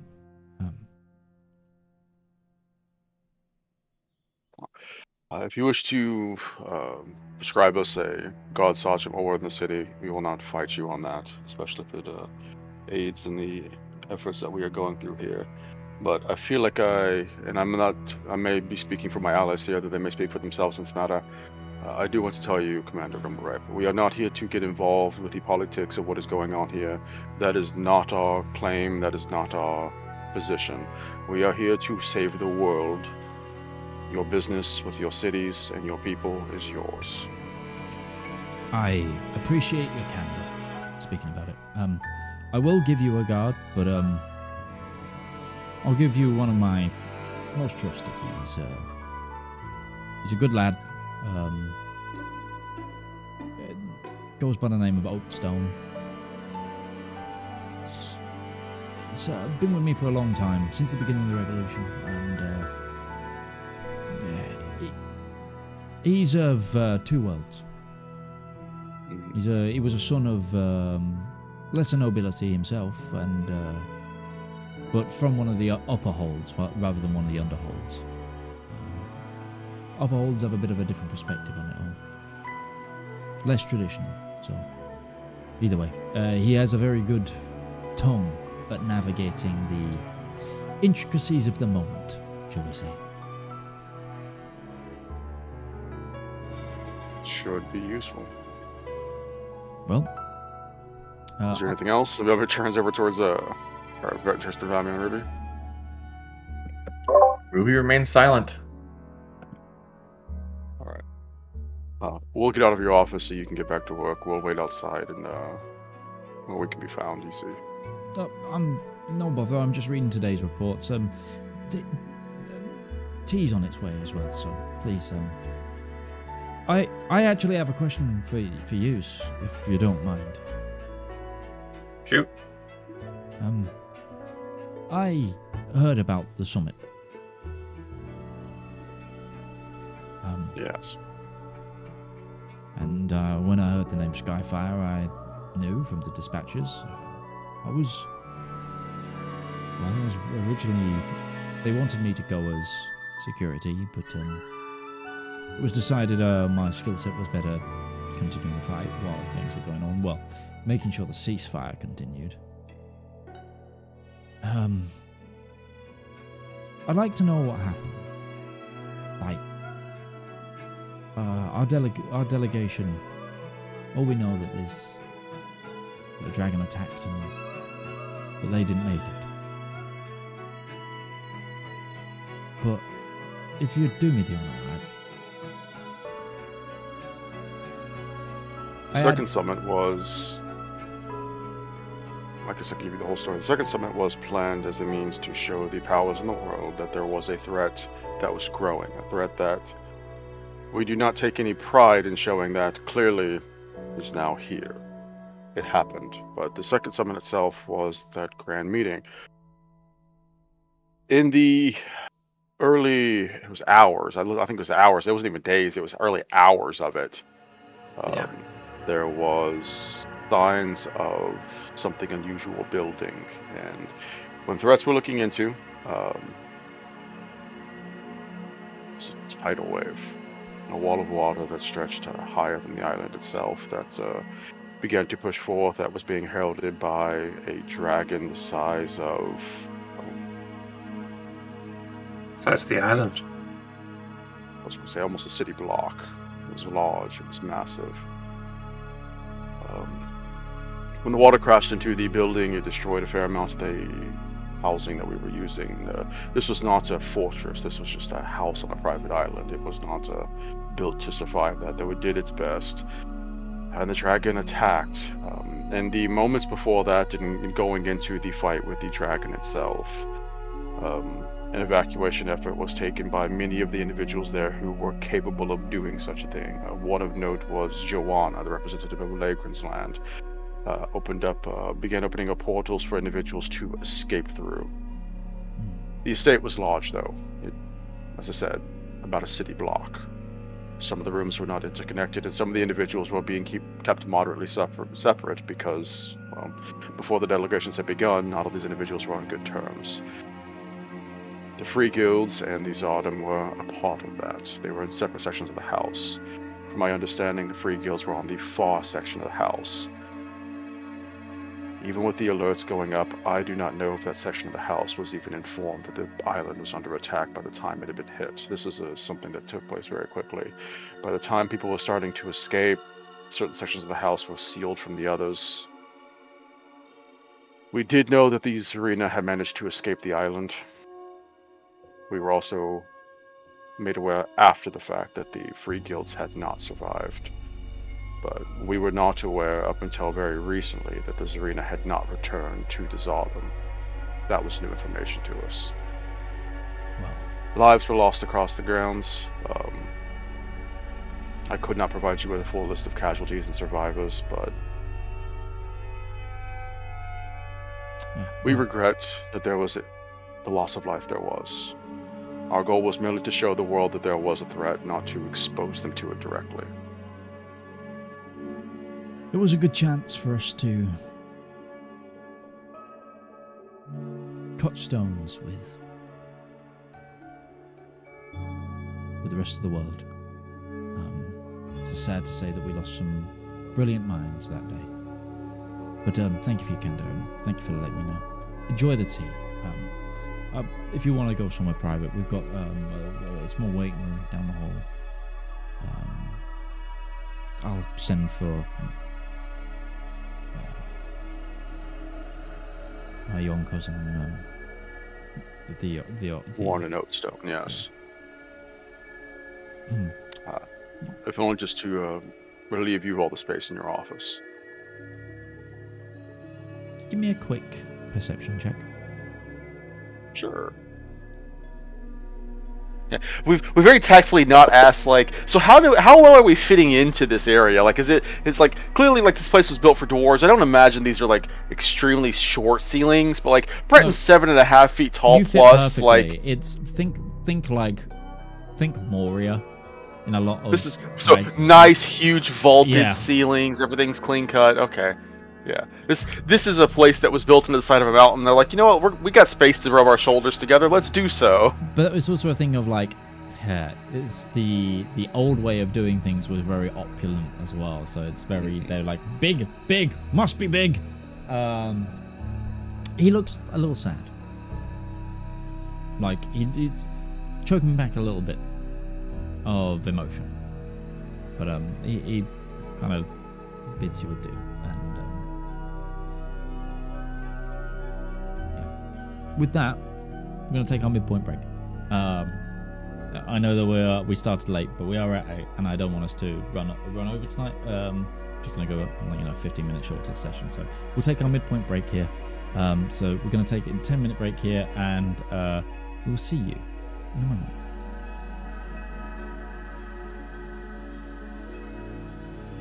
Hey, come here a minute. Do you need royalty-free music for your TTRPG content, whether that be a YouTube video, stream, TikTok, Instagram post? Don't worry, we've got you covered. My name's Alex, I've been a content creator for almost a decade now, and I've teamed up with my good friend Harry to produce 10 royalty-free songs for you to use in your content completely for free. We've tried to make a whole range of motifs with this album, covering happy music to sad music, to mystery music to combat music. And if this takes off, you know what? We might even make some more. So give the Elendor Chronicles soundtrack Volume 1 a shot. It's free to stream everywhere, and if you want the high quality downloads, you can come over to our Patreon and download them, or you can contact me directly at tabletop@themidgemansworld.co.uk as a creator, and I'll just give it to you for free. That's it, there's no catch, and just to prove it, we've also given you guys a user license agreement to prove that you have the complete perpetual rights to use this content. So enjoy, and good luck on your next adventure.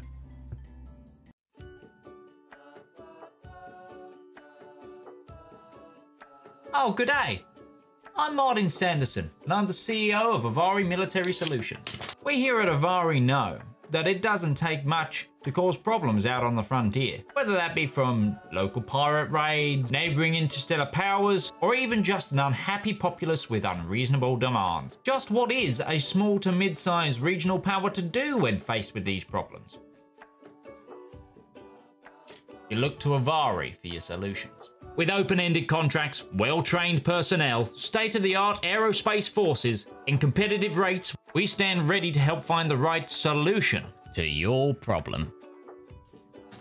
So if you have a problem, why not call Avari for your solution? Our operators are waiting to take your call, and consultations are free of charge. Avari Military Solutions, a solution for your problem. Avari Military Solutions is not licensed to operate within the Kark and Grey Baronies, the Andes Corps, or any Class A combat zones. AMS is a subsidiary of Omni Radiance Holdings, a family company.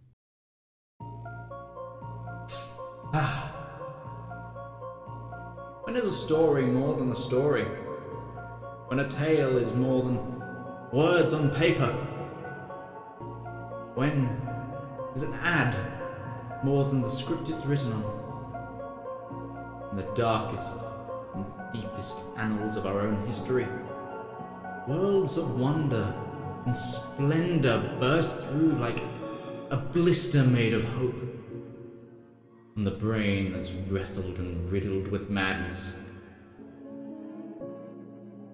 a radiant pustule. Writing, art, that's storytelling. That That is the true lust of life.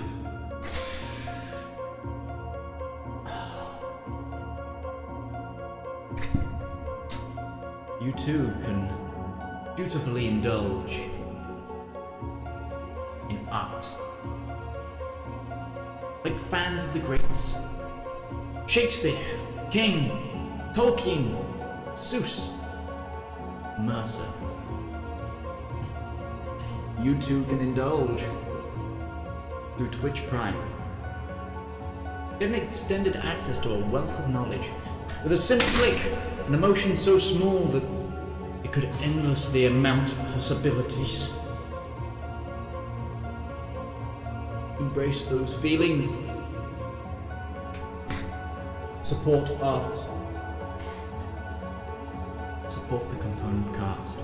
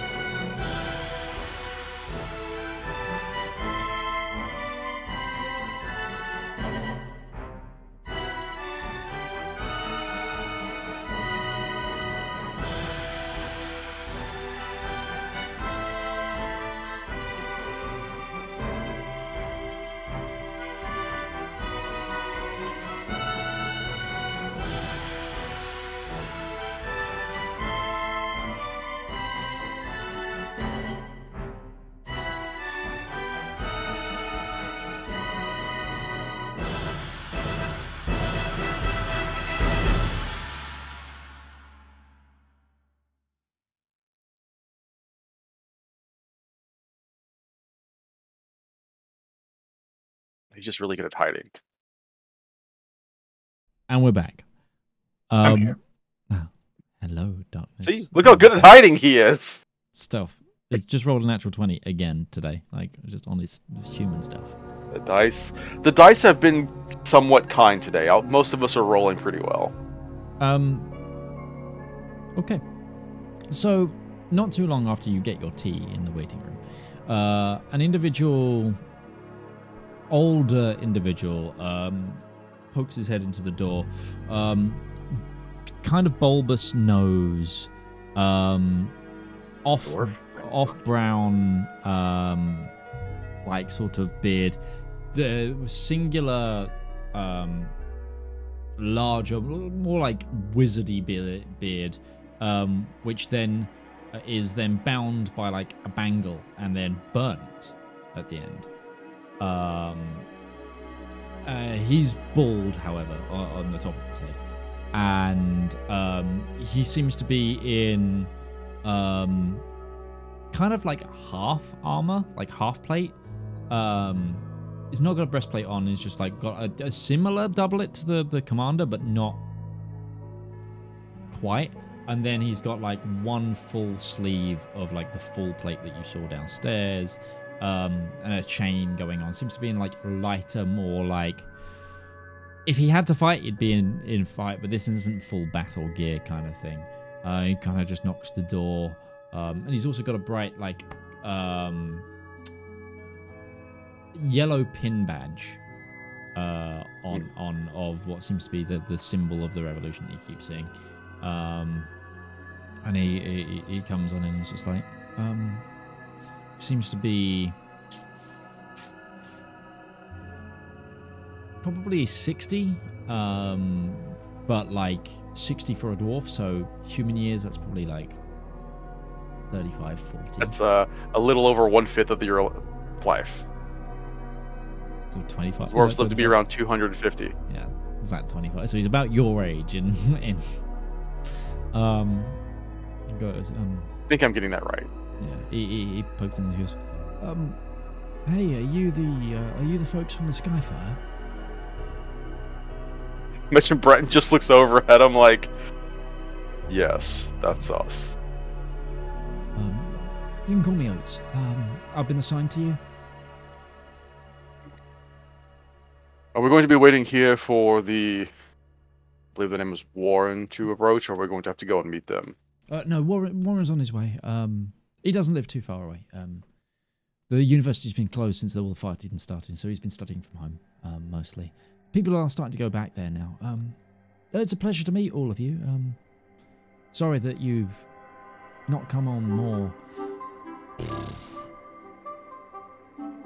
freeing times and less pressing circumstances, but times are times.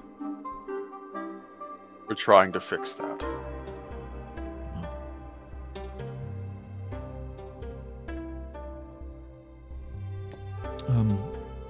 Tell us about yourself, Oates. You came recommended by the commander. I imagine you've served in the forces that are seeking to liberate the Zodam into the free guilds. You have any interesting stories? Plenty. So I don't know how much the commander's told you, but commander was a friend of my father's. Well, I've known him most of my life. He's a very, very, very good man. I originally come from an agri family, local feudal lord. However, we've always taken to making sure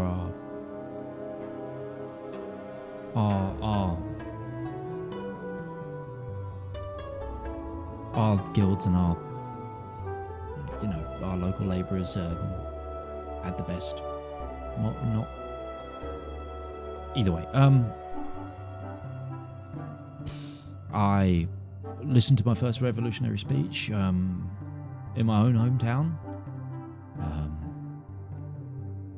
We were one of the first towns to support the Guild Republic in their attempts to talk to the Tsarina and the royal family and the nobility to try and get them to hear what was being said by the rest of us.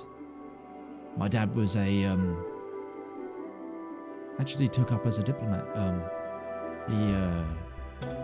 He was one of the people to take the first letters of marque to the Tsars and try to get the holds to listen.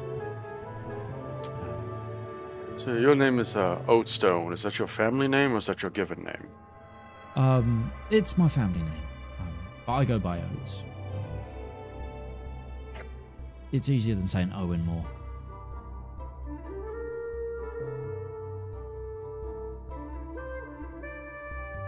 Second. Okay. Sorry, I was looking up to see, like, did we get this guy's dad killed? I was really No, curious. I looked it up. I thought so too, but no. Hillstone, Iron Gates, Grisbane, Grey Boot, Yeah. and Crag Barrel are the. But I did remember a stone in there. I'm like, okay, so it wasn't. No, my father was put to death by the Tsar. The Tsars, sorry. And from then, we couldn't abide any longer. They wouldn't hear our polite requests, so we decided to make them here. You can't run a country that only takes from the resources of the people and not respect the people enough to know that that's how you get things, you know? Anyway, I fought in a number of battles. We're on a slow march here to the capital. It's a long grind, but we're finally there. We're at the end. Now, as the dust settles, we just gotta make it work. The guilds have always worked on election and lottery and all sorts of, they've always been fair in the way that they work things out, so why won't it work when we scale it up? That's the hope anyway. So clearly, you've been on the front lines and you've had first-hand experience traveling about the holds as well. Can you tell us about any experiences you've had with the outside efforts, the complications? We met a worker on the way in the city, I believe his name was Boris, that mentioned that there were issues that certain holds were having with the denizens of the deeps and that were creeping up and causing problems. So we'd like to know more about that as well. Oh, yeah. We've always had issues with various, you hit a patch of the Underdark, you run into all sorts. You hit remnants of the Plains of Fire, you hit more than that, but it's organised, is what I've heard. Actual forces coming through now. A lot of problems in that regard. Organized force striking out against you. Yeah, more so than just, oh no, we've stumbled upon an old holdout remnant from way before. But it's like incursions, from what I've heard. I actually was on leave 2 weeks ago. I wasn't here for the taking of the capital. I wanted to be, but the commander wouldn't let me. He sent me home. But I'm glad I went. Things weren't great there either. I saw everything going on above, and it's not good up there. So I understand why you're here. When we finish up our affairs in the Cityos, if you could point us in the direction of somebody who would be able to tell us more about these incursions, I'd like to know more about that too. Absolutely. Yeah, I can do that. It wouldn't be here in the city. It would be at one of the other holds that is affected. But from what I understand, the worst affected is Kimberag on the peninsula. It's right on the border near Benumdung and and it looks over the Stormridge Bay. Normally it's the Great Arch there, and it normally also takes freight and cargo that comes into the bay, and would normally trade with Atria, etc. But He says that. How close is that to the area where we had the excursion with the fire elementals? That was when we were flying past from Num Dum up to Atria's when we ran into that spot. It's still like a good country away, or a good large US state away, but it's not unheard of. It sounded like it was closer to the coastline rather than inland. If you check on, I don't know if it's on Ruby's map. I need to double check that myself. Depending which map it is, probably is, because some of those maps they had everything on them. Yeah. But if you look towards like the border on, I'm opening Ruby's map as we speak. I've got my map up. So I'm also trying to find the map because it's not pinned. This is not under handouts. It's not Ruby's map. That's Ruby's map of Longreach is actually in the game, but it's Longreach, it doesn't do Solarum. I'll take a screenshot of my mapping tool. Give me a moment. Unfortunately, I don't have a copy of it, but I do. I got you. Gotcha. Hold on. I'll pin it. Or can I pin it? You said it was Kinbarag. Kinbarag, yeah. Yeah, so that's on the western coast of the Zardom. Yeah, it's on a little peninsula, you see? Yeah, I see it. Whereas the thing we saw was more like Stanlet. Yeah, that was farther area. Yeah, that was farther south. I put a reply to it in our handouts. God, that's old map. I got so much better at map sense then.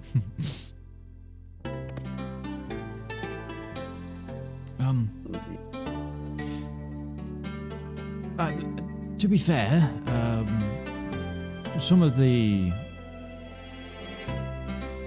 leaders from a lot of the other cities, now that they've been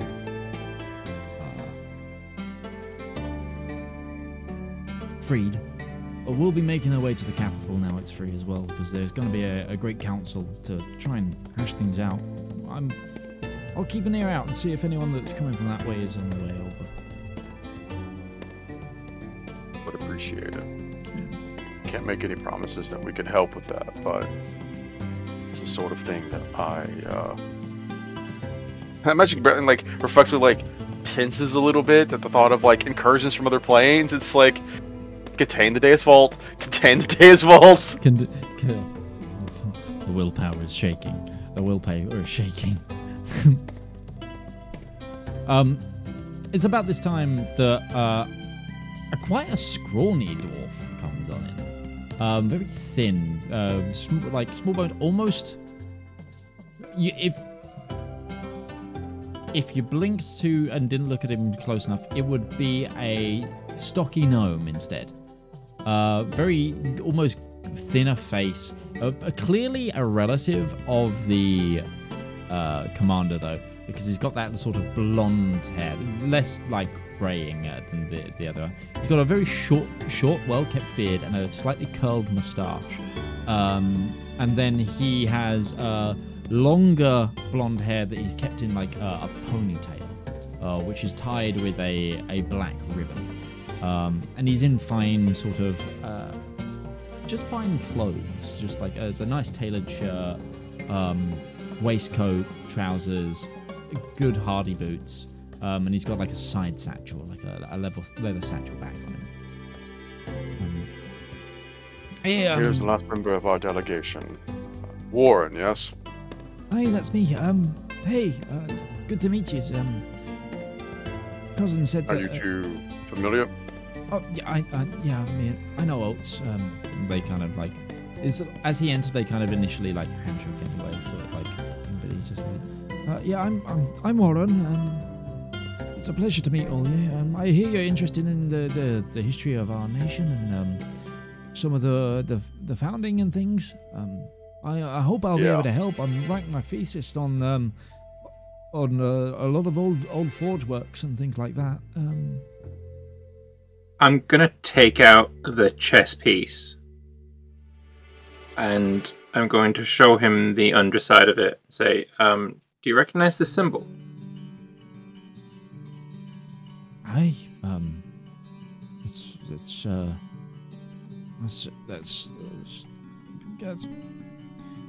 Forgive me for saying, but that's a little bit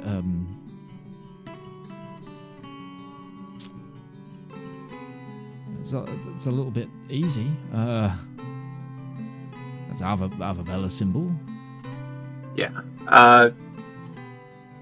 Okay, that good to know that that's pretty common knowledge then. It is in my line of work at the very least. I did an undergrad thesis on Avabella and her wide effects and teachings. So you know she was a apprentice of Indar.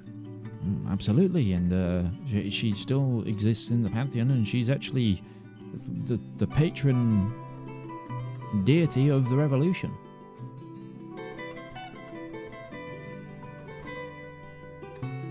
How? So she founded this country. Was it not her line that the Tsarina hails from, or? No. Am I mistaking something here? No. The rumor goes that the Lady Avabella blessed the Tsars with their crown and guided them to do good and look after the dwarven kind and the people, and they've forgotten that oath in the recent years, and that's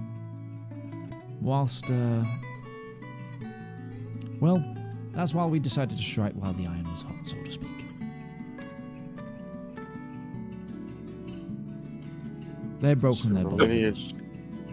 The lineage doesn't tie to Avabella. She just... I guess Breton kind of risks this more towards the party than these two. So she picked individuals in the society that were already fit to take on the role.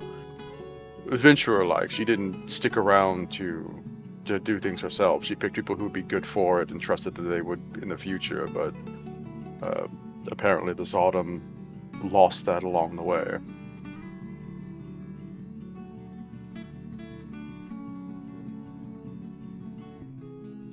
You are right, though. We are here to look into... Sorry, go ahead. The reason we ask is we're looking for a forge that Indar himself struck iron at. And we believe that here is somewhere in your nation is that forge. And it's kind of related to, stopping the end of the world happening.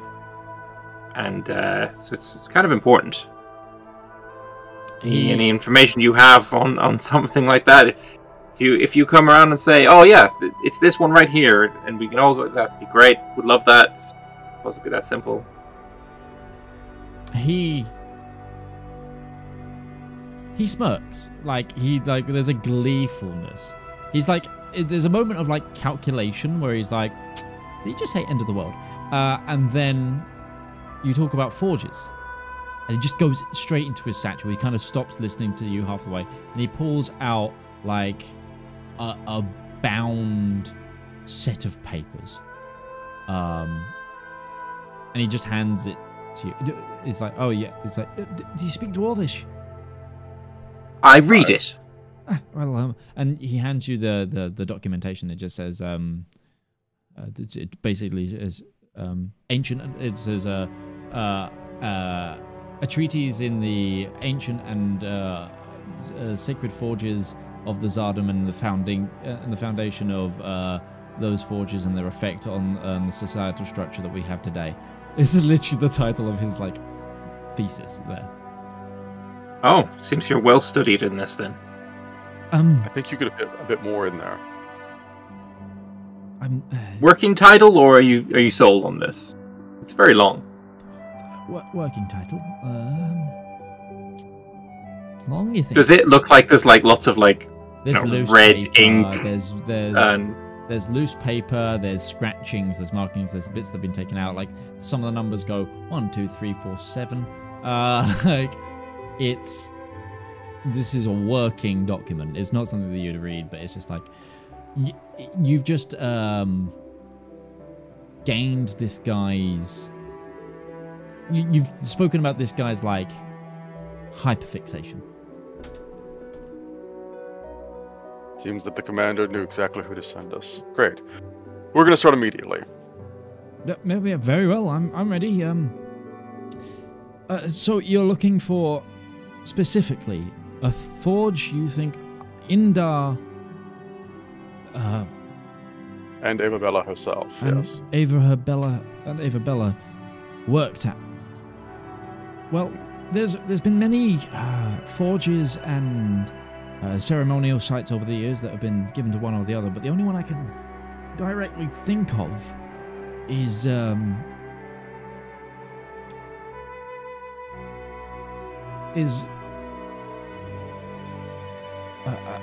great forge known as the Sanctimonious Anvil. Up until recently, many people haven't been able to go there. It was way under the city here. But the Tsars kept it from everybody. Not even the clergy could go there, and it's one of the most sacred holy sites for the faith and for the Pantheon. They wouldn't allow the clergy to visit a religious site. No, they kept it for themselves. It's part of their greed. And has this been liberated? Oh, well, supposedly, that area of the city is clear. The clergy have gone in and re-blessed, consecrated the forge, but others, academics and the like, haven't been able to go in yet. It's one of those things of still trying to work out the ins and outs of things, but I take it you would be very interested in going inside yourself then? I have submitted so many applications and documents to get in there, even to the Tsars beforehand, but definitely now, yeah, and I'm in the process of being able to be let in. Well, we're going to see if we can't fast track that. Yeah. Maybe end of the world business might help speed along the process. Bring us along. You can get us to the gates. We'll probably get us in. Yeah, I would. I mean, I'd love to go. We have no time for the bureaucracy of submission applications. Okay. It is a matter of worldly security. Oh, it's kind of laughing. So, I think Breton also mumbles under his breath, like, and these two can't wait for anything. Considering that both Valymr and Ruby have very much been against the bureaucracy of everything throughout this campaign. I will, Fair. We'll see what we can do to get you in. That's, Us. We wouldn't leave behind our guide. Royal you. I'm going to go as well. Royal, in these times, you're going to drop a royal we. At this point, Ruby's paying almost no attention to this. Communal we. I'm still not the vernacular. Collective we. Collective we. I like Collective we. Comrade. I had an elective we during the break.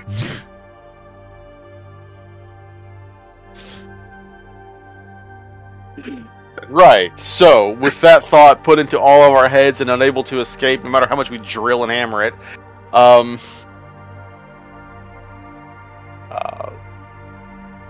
then I trust that you know who we need to be speaking to. We will follow your lead. Just when we get to those places, let us see if we can't try and convince them to the best of our abilities.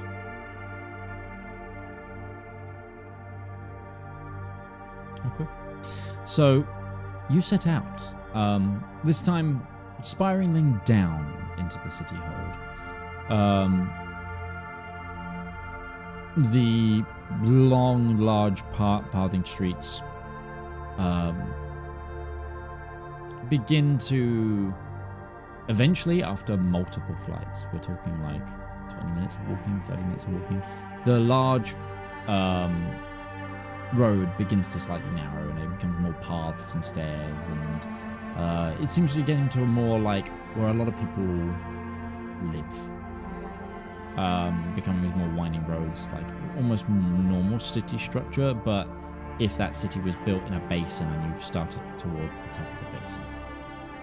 Eventually you wind around these stone streets and see a large cast sort of silvering metal circlet. A big, almost like, imagine a medallion of like pure silver and shining, glistening metal, but the size of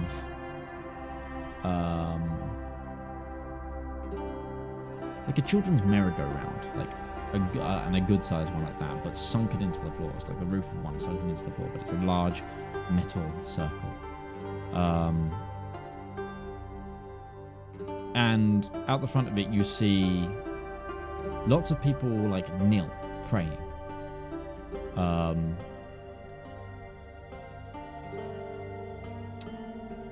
Warren speaks up. This is the main entrance to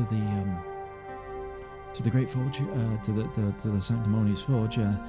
For many years, people would just line up outside and pray around the entrance here, because obviously the Zars have not let people in for years, but it's still a powerful sight. More and more people come at the moment, hoping to get glimpses inside now that things are freer, but it's very difficult for people to, for us to just let everyone rampant in there.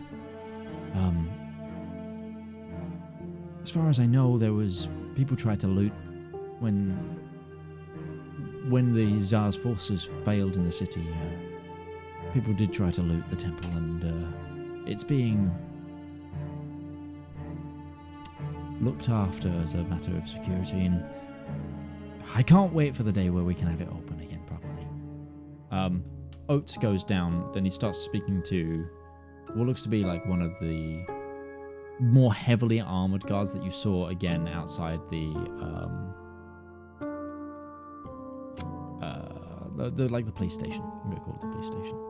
And then he kind of whistles and like calls you over.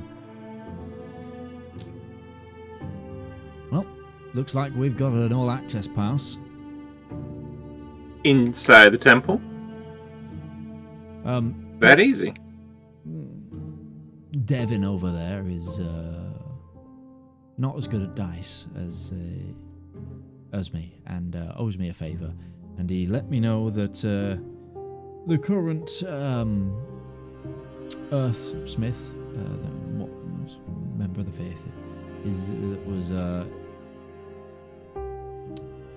doing admittance, is currently not on site. So at the end of the day, we're here on an official business with a seal from the warden of the city. So all they'd have to do is grumble to the commander anyway. So let's get in before anyone questions and deal with the consequences later. Forgiveness, not permission. My favourite. Alright, follow him inside then. Mm-hmm. And you'll step onto like the silvered bowl, like reverse bowl, and it begins to like turn, and you hear like a cranking. As it like goes from being like a bowl to then descending and like opening up into stairs, which you can walk down, and you do. Out of curiosity, what kind of defenses are there on this place then? Is there anything to stop people from teleporting in? That's way above my pay grade. I don't know. Also, that's the wrong voice for Oates. I do apologise. It's way above my pay grade. I don't know. If I'm totally honest. I suppose while we're going down in here then, just out of curiosity, Breton will use a first level spell to cast Detect Magic. Okay. And he'll just be searching for magic as we make our way down. Sure. The stairs that you go down, they take like 5 minutes to get down. It's like a couple of flights before you enter a small room. We'll do that as we get to the bottom of the stairs then. Yeah. So we don't waste 5 minutes to detect magic on that. Yeah, and then it just opens into a wide, almost chasmic antechamber. Dead ahead of you, it could be a mile away. You see a enormous statue of the Thundersmith. Alongside each side of this part, like this bridge that is in front of you, so to speak, you see monumental stone statues, the size of colossi, like massive statues, towers tall, following this great carved bridge. There's also shimmering gemstones lining the cavernous walls, crafted and carved into pillars of glowing mote light, providing a subtle silvered glow on the environment.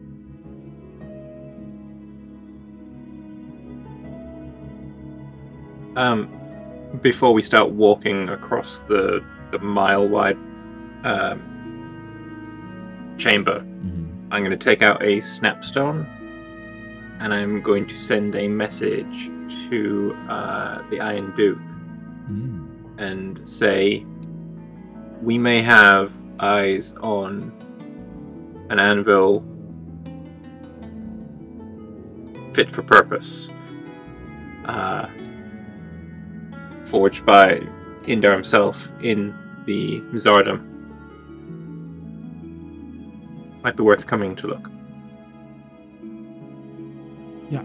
Scale of this, obviously this area is gigantic. Is the forge itself, or sorry, is the anvil regular size? It's hard for you right now to see an anvil. You do see what looks to be an anvil, but it's distance. Like okay.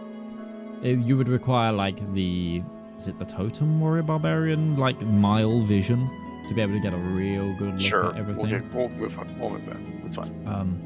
But that is good news. I hope the forge here will be good enough, but it would be good to inspect the second side. Yes. Did you say second sight? Yes. Yeah, they have a forge at Legingstand. Yeah, you went to the forge that was. Oh, sorry.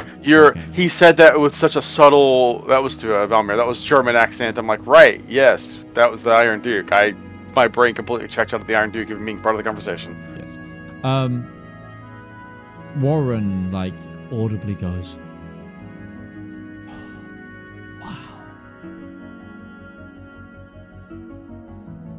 By the halls of our forefathers, this is beyond anything." He just turns to you three. He's just like, "Thank you for bringing me along. Thank you." What do you think the commander? He was the one who recommended you. You're exactly the person we needed to speak to. I need to get another Winterfest. I need to get him a better Winter Festival gift. Anyway, It's summer. I know, it gives me time to think. Reasonable. I'm a student. I don't earn much. You progress. Breton's making it towards the end. You begin to progress into this this great temple-like structure, and it is a mix of like grand temple and forge. You eventually get to this area that seems to be the main forge. There is a central anvil set between on a thin metal platform overhanging what seems to be like, underneath it there's a large metal pillar, and above it there's another large metal pillar. There's what seems to be like ductwork of metal piping and tubing that just seamlessly morphs with the metal, with the stone, sorry, of the archways and carved intricate structures.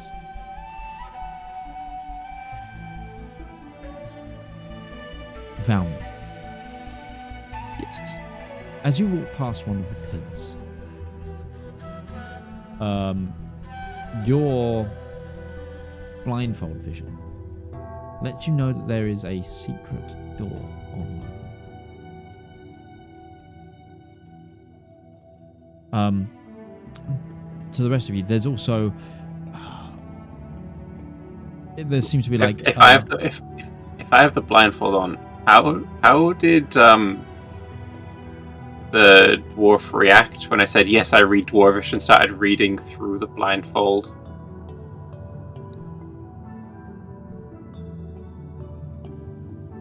Like, it's more on him the fact that he handed a blind man a book. Let's be real.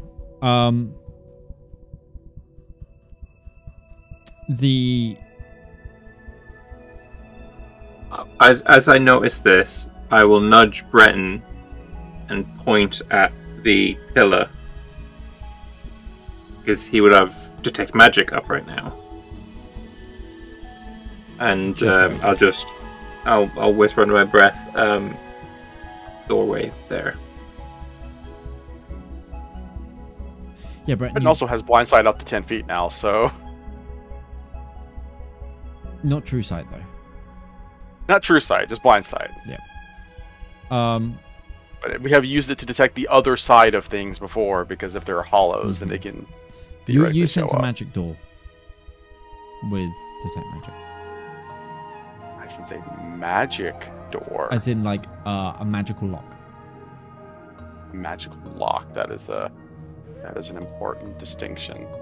Yes. The rest of the environment is various altars that are also workbenches. There's also a large, what seems to be like 4 or 5 large hanging cauldrons, like for smelting metals, like massive chained hanging forge pots, all of them intricately carved with these intricate but simple dwarven lineworks. Do any of them have anything in them at the moment? They don't seem to. But above them there is like duct work and funneling so that things could be poured into them. How many people will be required to work a forge like this? Well, from a lot of the scripturing, it varies.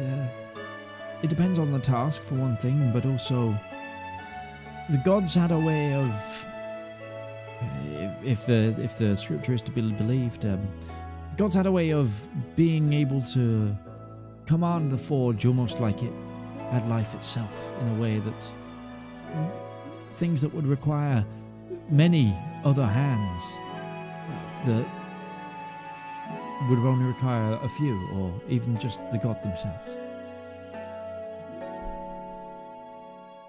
Checking his notes back towards what we learned about making Cosmium. Mm. There are 5 of these Mm-hmm. basically containers for, I'm assuming, molten metal. Mm-hmm. Does it look like 4 of them would feed into one of them? Is one of them larger than the others, or are they all the same uniform size? They're all in uniform size, and they seem to be like arrayed around the central forging area, which, like I said, has those 2 metal pillars either side of it, and then like an anvil, a simple anvil, but also like this metal grating ductwork system.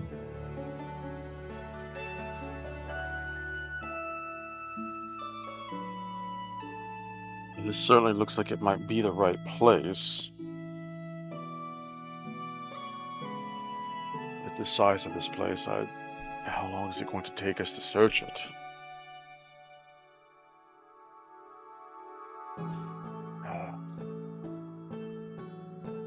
Let's focus back on that magic door. So if Breton just starts like, I don't think Breton's going to worry about subterfuge as much. Like these two, I don't think we're going to run into any issues with them. Breton's going to be trusting in that regard. If Breton just takes a moment to like search it, does it seem like the door only opens via magic, or is there a mundane door here that is just being locked by magical means as well? It seems like as you go close to it, you see, and as you get proximity to it, there's like carvings or in the stone that like angle a door, and then very similar to like, I'm gonna say it's classic Tolkien, like Mines of Moria. As you get close, there's like a shimmer of magic in the line work. With your passively high perception as well, you notice a familiar symbol near where like a keyhole would be, which is the mark of Arabella. Is it the same size as the chess piece, or is it not?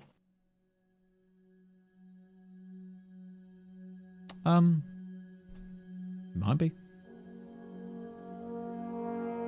Can I place the chess piece against it? Sure. Do anything? Valymr, are you still wearing the mind shielding ring? Or you would have given those We would have back? had to give those back, Yes. because We have that to was give them back, yeah. So no, I'm not.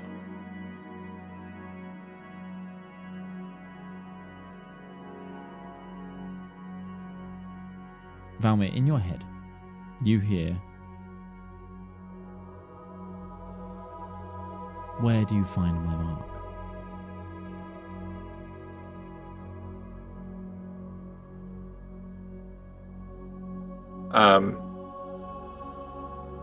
I'm going to think back and say,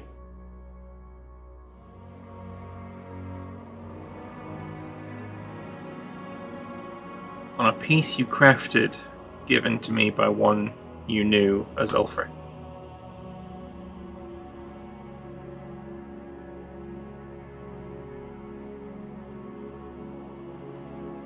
The door doesn't react.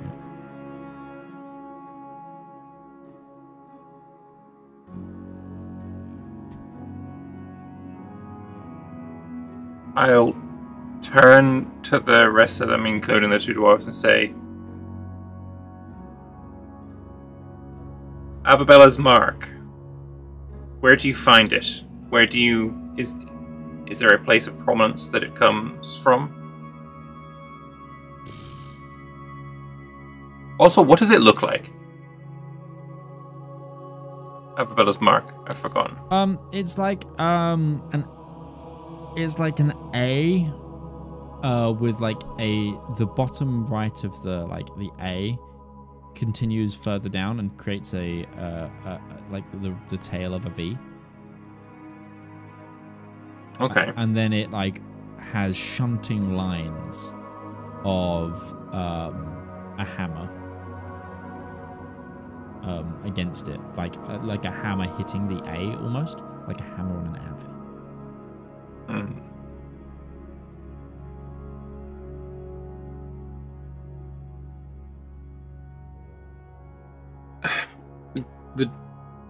there's a door here in the pillar.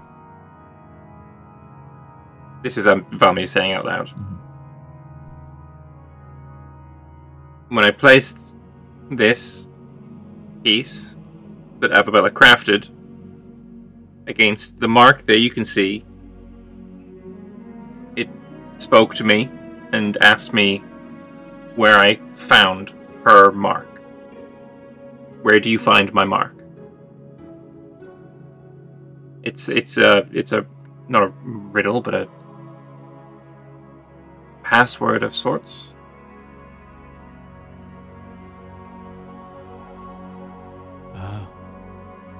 Well,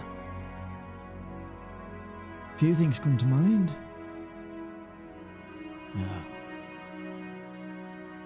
Craftsmen leave their mark on a lot of things. Do we know what the do we know what kind of stone the or material the piece is made from? I'll hold it up to him. I'm no craftsman. Excellent. Looks to be a soapstone of some sort.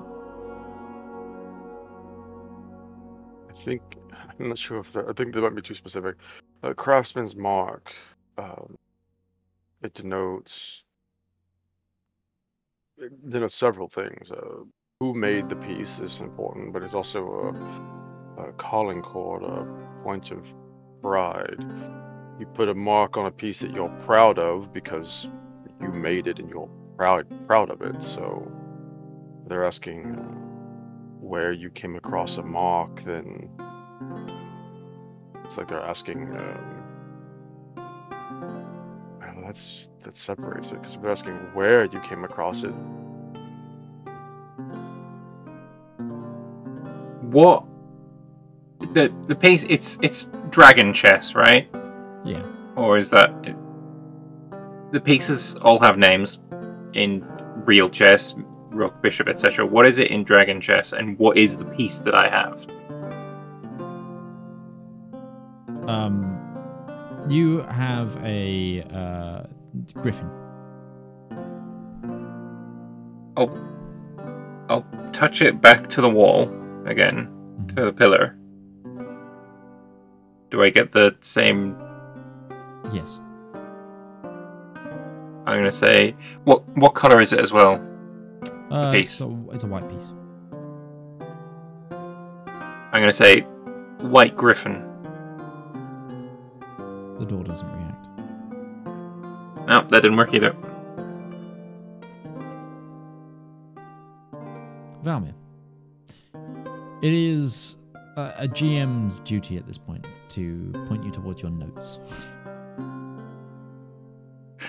Yay, okay. I'll be right back, guys. You got a piece of information at the beginning of the session. Oh, at the beginning of the session. Ah! Shit balls and okay, yeah. I will again put the piece back and say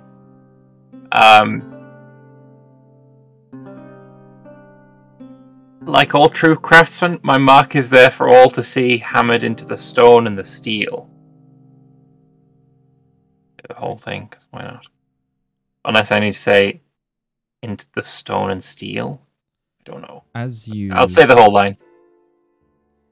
As you say the words, the door begins to glow brighter, and you hear a latch, and the pillar itself shifts, revealing a small, in terms of, compared to the grandioseness of this place, spiral staircase going down below the forges and below the bridge.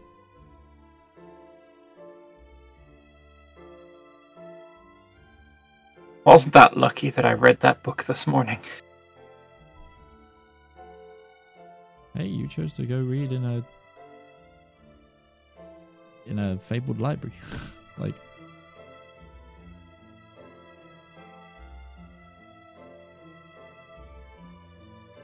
well, suppose this wasn't common public knowledge that this existed. I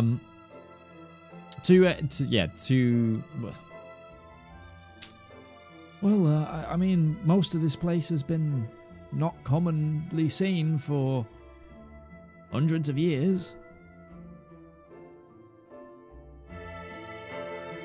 You want to come with? Just a rapid silent nod again. Like, Oates has like started eating an apple, like he's just snacking, and he just goes, "Yeah, stay with you guys. I'm just gonna wait here, otherwise."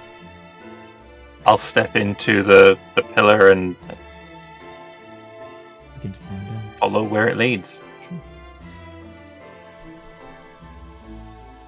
The pillar seems to go inside the bridge that you walked, the mile-long bridge, in which you see you come to a set of doors, and as you open them, you find a set of chambers, rooms, living quarters. What it looks like anyway. It opens up into a hallway with paintings and there's still a similar stone aesthetic as you've seen around the capital, but rugs, hearths, still burning.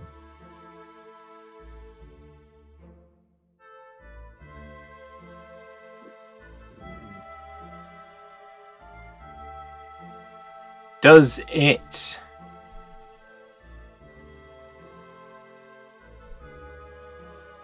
look lived in, or does it look like... Certainly looks clean. So not lived in at all. There's hearths and fireplaces burning. Yeah, but do they look magical fires, or does it look like... It might be magical. You'd assume so. You can't see a fuel.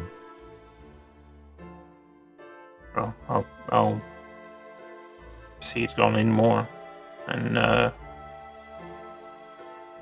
I'll see what else I can spot. Is there like a table? Yeah, like so. What you're greeted with is what looks to be about a hallway that goes straight on the walls. There's like every 3 doorways. There's like a half. On the pillars between the doorways, there's like paintings and standing sculptures, like suits of well-crafted armor. Straight ahead of you, you see a tree in what seems to be an opening up of a chamber, and then there's 6 doors all the way in, like on the side, so 3 on each side as you go in. And the hallway goes for about 100 feet. I take it everybody is followed down, by the way. Yeah. It's not unusual that you would have a place to live in when you're walking in a place like this, but I don't know why you would hide it so carefully. That's a very reasonable assessment there, Mr. Monterey. It was well known that the priests and the supreme craftsmen and various denizens of forges would often work in our temples and live and stay there, but this one's well hidden.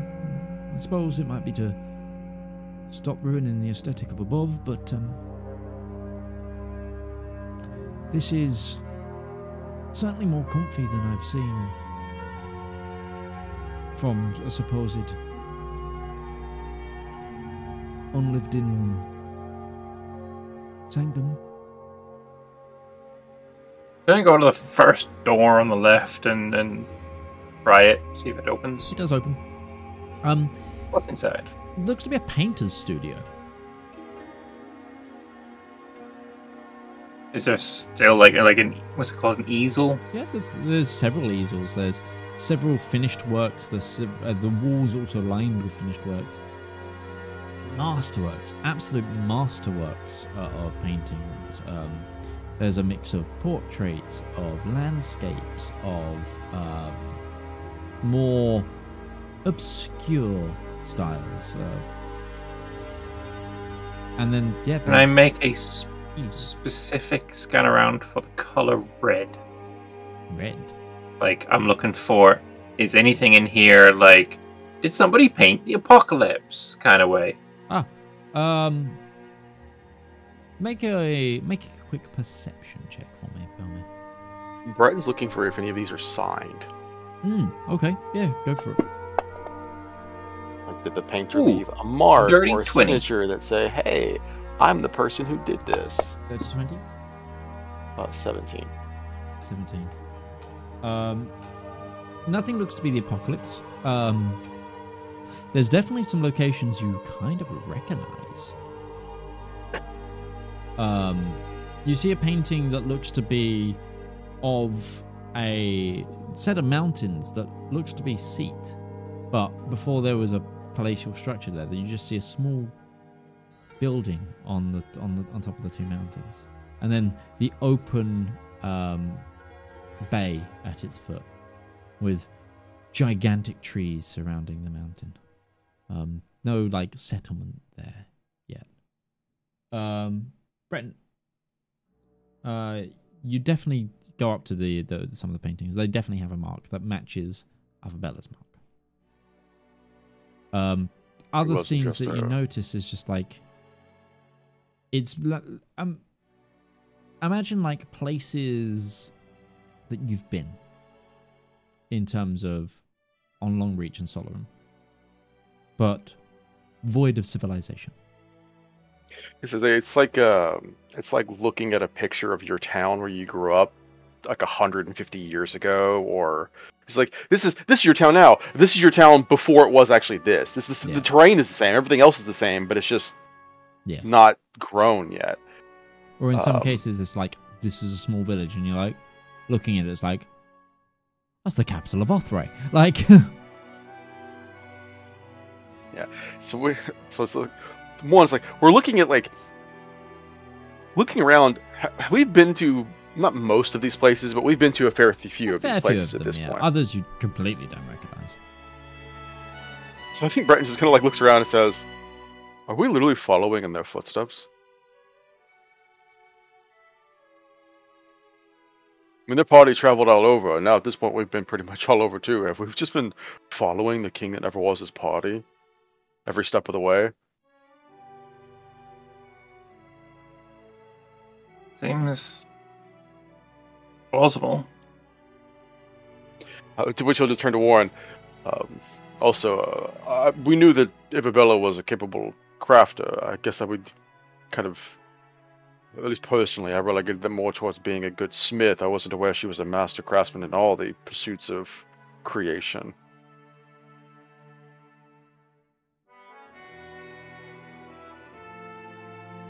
Created a country.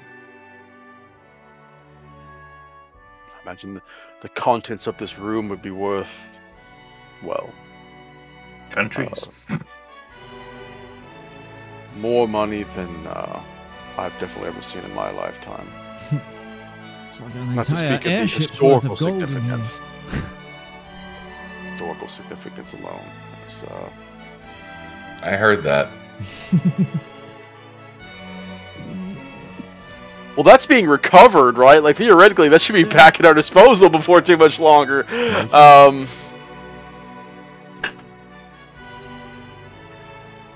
It's valuable, but it's also not what we're looking for, and I don't feel like it's our place to take this. So, let's see what else is in the rest of these rooms. These 6 rooms are more of the same. This one's being a painter's workshop across the hallway, sculpting. Sculpting in the kiln, I imagine. Yep. Yeah, there's sculpting kiln. There's pottery, and then there's like a room that seems to be like weaving tapestry.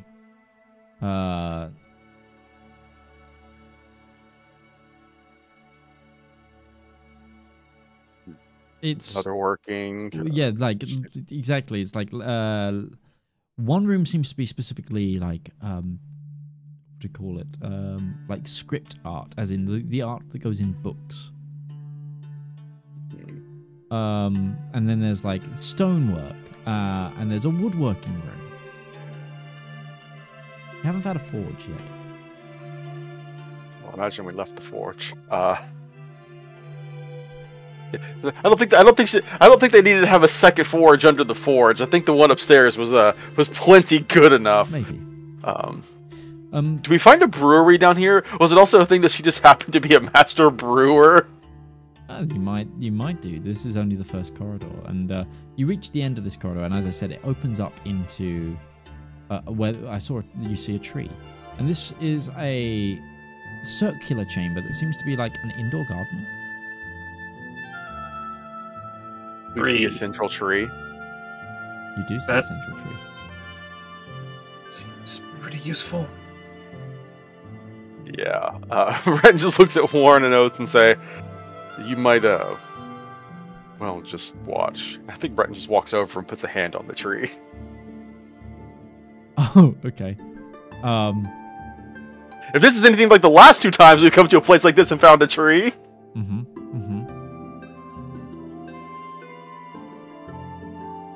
I'm thinking more, we can get back here whenever the hell we want.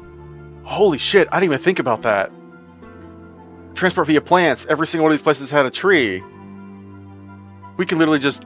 Oh shit, I didn't even think we could go back to the shattered shield stone place. That might be scary, because that's traveling back into a different wibbly-wobbly, timey-wimey place. But yeah, theoretically, we can just get back to all those significant locations in a...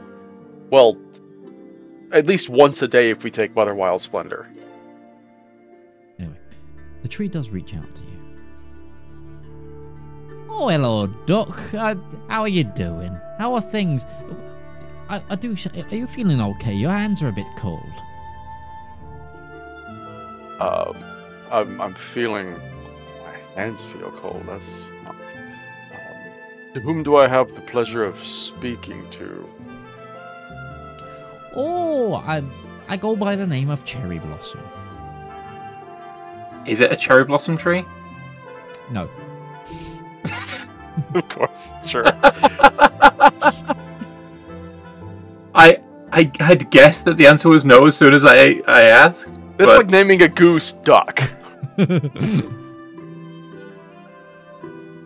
Cherry Blossom.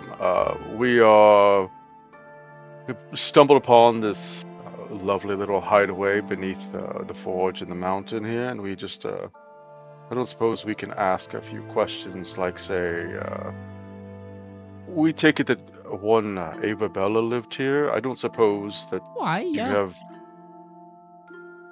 is she still around? Bella, what? Concept of time's a little bit squiffy here, but as far as I know, Bella's about. I think Breton just looks back at the others and gives them a look like, you don't need him to tell you, like, you just know. Just like looks to the other chambers.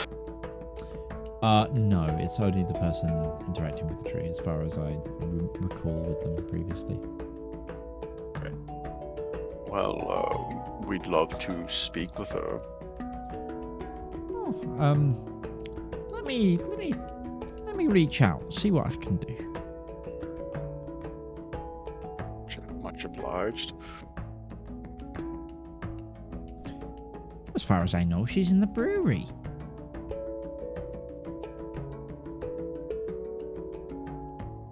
It's not stereotyping if she's a master of all crafts. Eastern corridor, across from the large kitchens. Third door on the left. When she says kitchens, Breton kind of thinks about that too. So she might be a master chef as well. I wonder if she has a cookbook.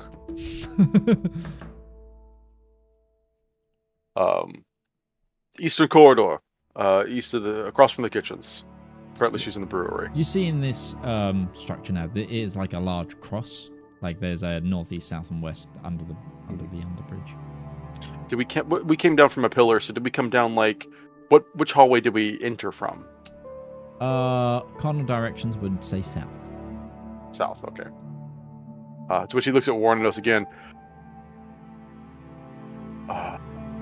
Oh, so you've been sort of nonplussed by all this, so I imagine that you're not going to have any severe reactions. But Warren, I want you to be prepared here. That Ava Bella might be in a room down the hall.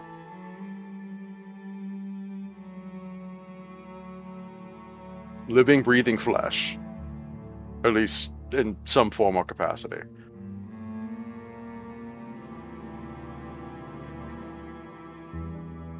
I'll let you mentally prepare as we make our way over there. You begin to make your way. He doesn't move. He's kind of like... No.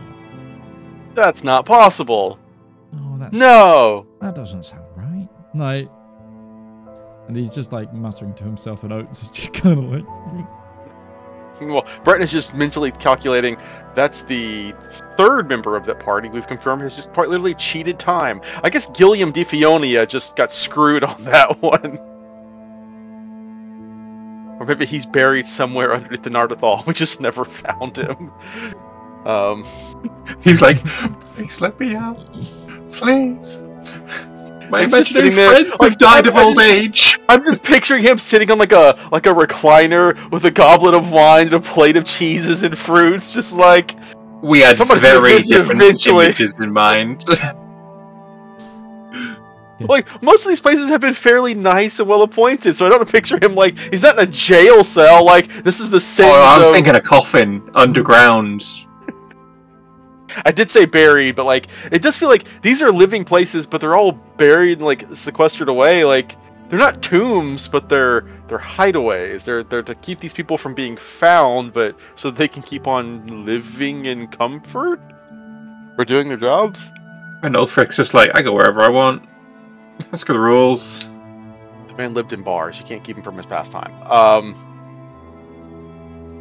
Yeah, Breton's just gonna knock on the door to the brewery.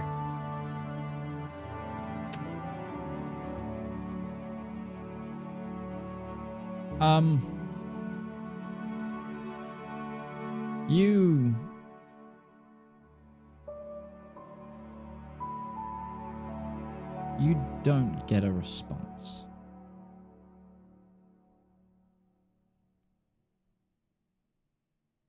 Well, we're already here, so Breton will test the door and move to open it. The door opens. Start peering inside. Hello?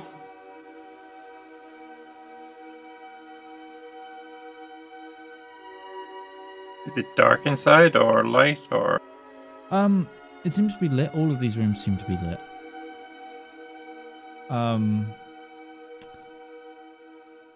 There's a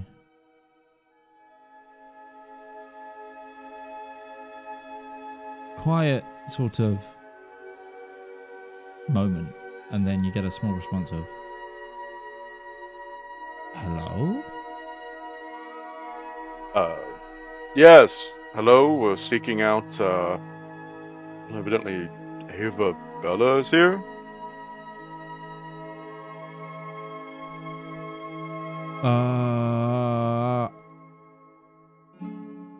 Well, this is certainly...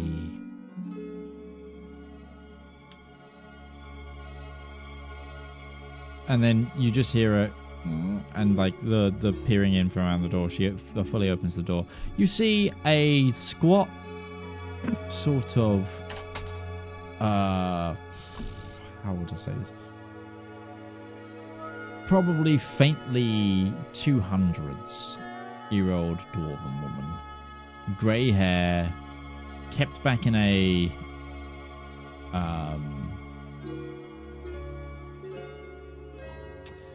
kept back in a tight bun. Glasses, and then like simple vestments in like in a light blue color. Miss. Oh. Well, this certainly is a surprise.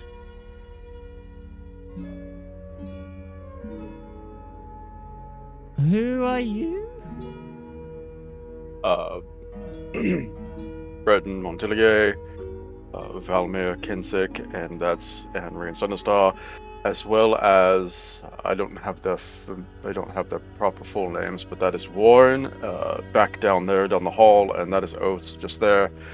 The three of us represent the Skyfire Adventuring Company, and these are two individuals who are from the Zodom, and I suppose it might be called the Free Guilds soon. They have to settle on a new name. There's a lot going on. We're here looking for Ava Bella. Are we here looking for you? Are you she?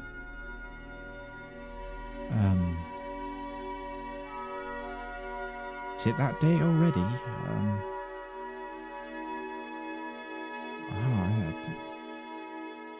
Time flies. I am. What date are you? Sorry, I'm not going to interrupt her. I'm Ava Bella. Can I? Where are my manners? Can I get you anything? Would you any of you like to eat or a drink perhaps or? Sure. If we want to make our way into the kitchen and have a conversation. Very well. Follow me. She's also quite short and kind of. She's got a little bit of a.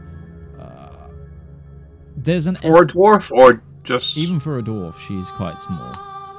She's very stout. You described her as an order dwarf, so like I immediately pictured like a granny who was just like 3 foot tall, but like still somewhat stocky. It's a granny that's 3 foot tall, sort of stocky, but still like arms like that she could rip the head off of like a butchered pig.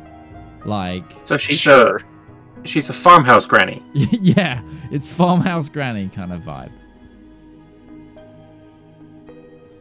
Oh, I'm thinking of the grandmother from Terry Pratchett's We Freemen.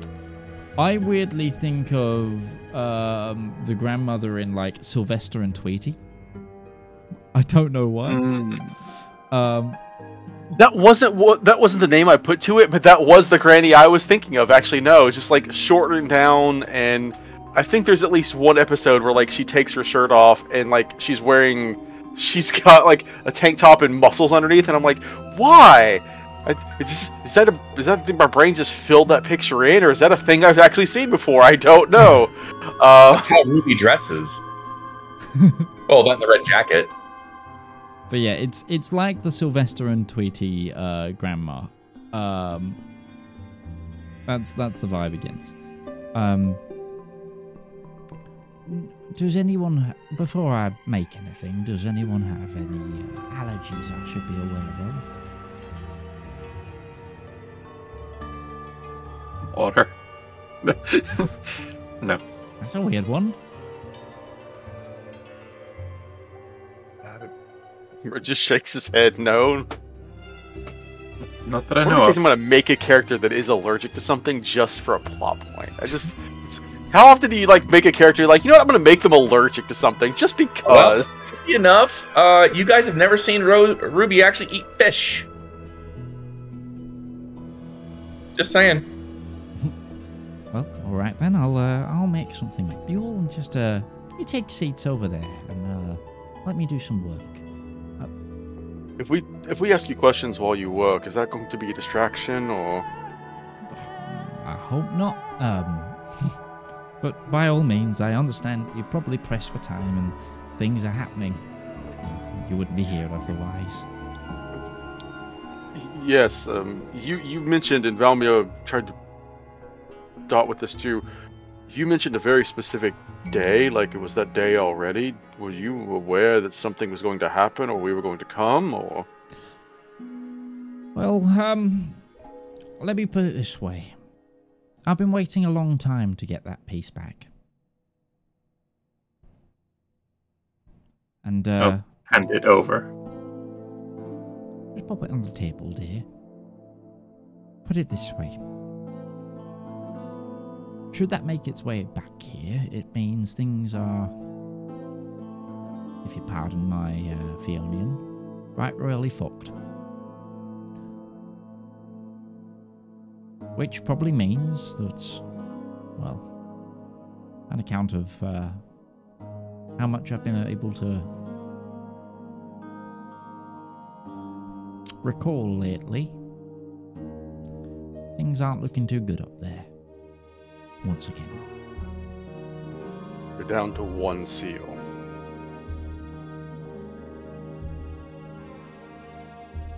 That's a problem.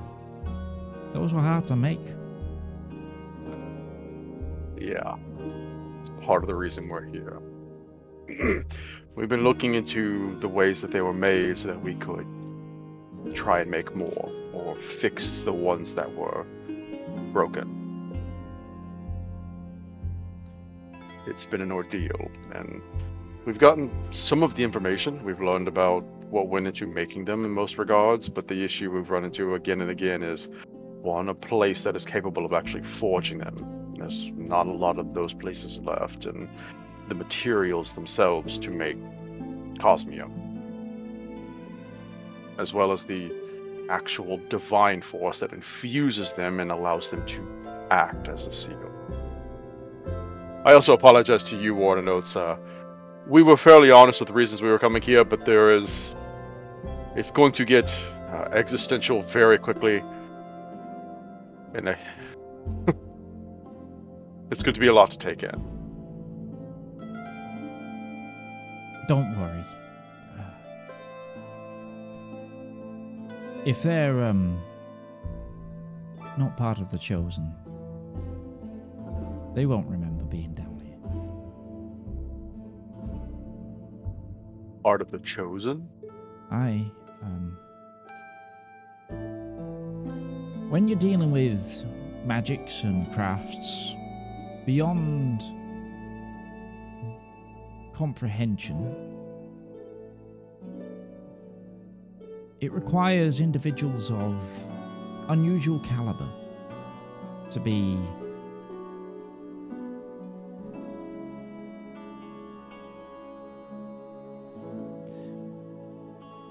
I don't relish saying ordained or anything of the sort, but for magic that powerful to be bound in such a way, there's got to be a constant to it. And in the same way, only a subtle few can bend around the rules, shall we say, enough to irk out a fate. Not everyone has the ability to avoid the cosmic flow and navigate the through lines. If you've gotten this far, you will somewhat follow what I'm saying. We've been through a lot of that, yeah.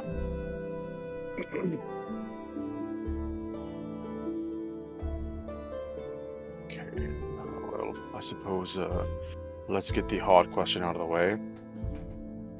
Do you remember how to make a seal? The exact process that goes into making it, or all the steps, all the resources that go along the way? I said that we have a fair amount of it, but if we need to plug in the side details that we just don't have just right yet, then knowing every step of the way is important. I think so. I think I have enough recollection. I won't know fully until the process begins, but with a few capable minds, I think we could.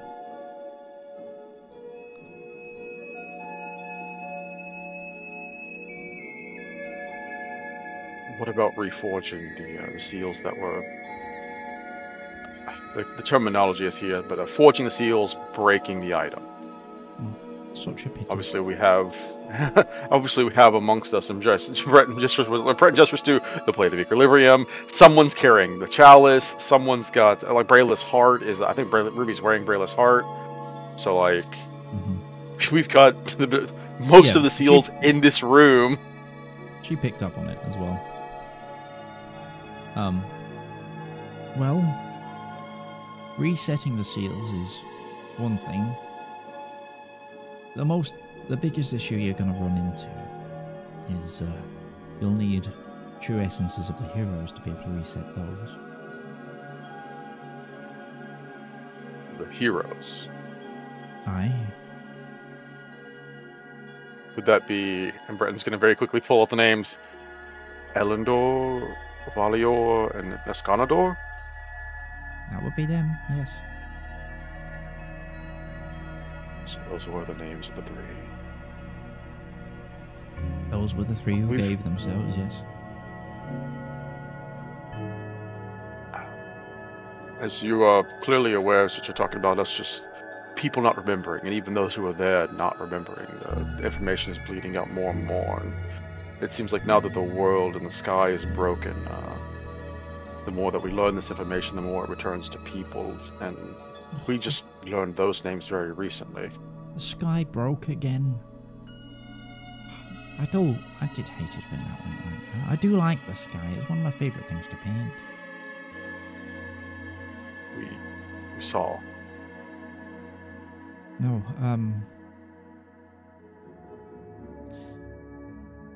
I was always a problem for the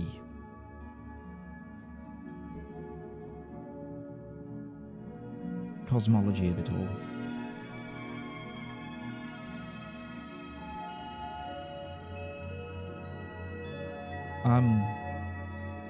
I was the youngest party member of the group. But,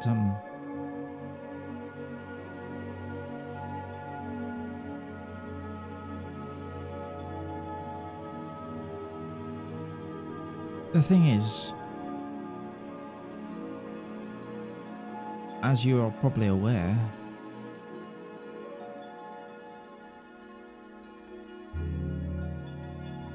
whilst the true nature of it all was carefully hidden, relics have remained, some information here and there. It's hard for me to forget, considering everything I've made.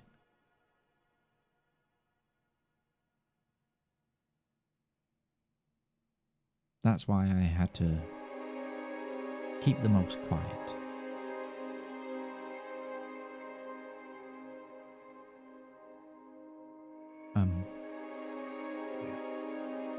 I couldn't risk it all. It hurt as well, not being able to talk to my friends anymore.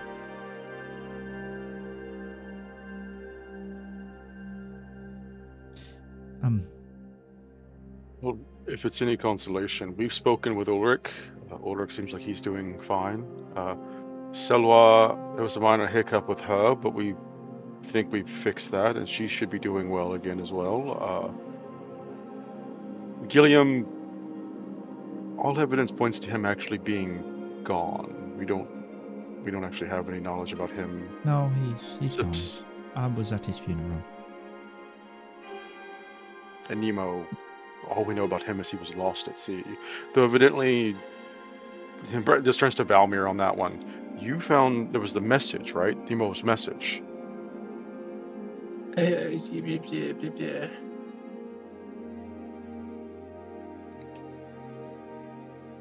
Let me... I remember what it says, if you just want me to... I was leaning it to you, because you were the one that found that info. I can't see where I have it in my notes. Let's go for it. I believe it was the message in the bottle where Nemo said, "I found Avabella." That's it. No, it didn't say Avabella, it said Ava. Ava, sorry, I found Ava.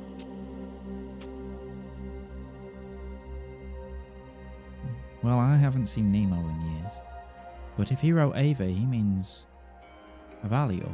I was always Bella to the friends. Seeing how those two were spelled would have made a far different connotation to that. Because obviously one is spelled A-V-A-H, the other is spelled E-V-A. I don't think we would have mixed... That's fine. Either way. you found Ava and Valymr. Oh no, they are both AVA. Sorry, No, they there's are Yeah, both two I was AVA. gonna say they were both AVA. I had to think about that. I'm like, wait, no, that does check out. That does match up.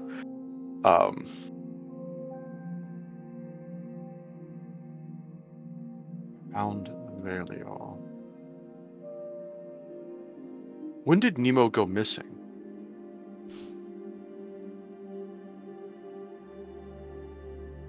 Not long before, probably 50 years before Gilliam popped his clogs.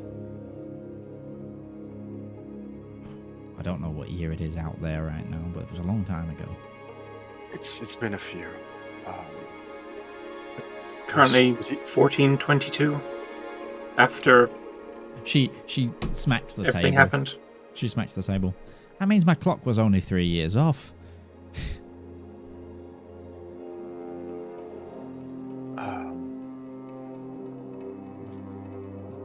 Gilliam was 50 years after Nemo went missing.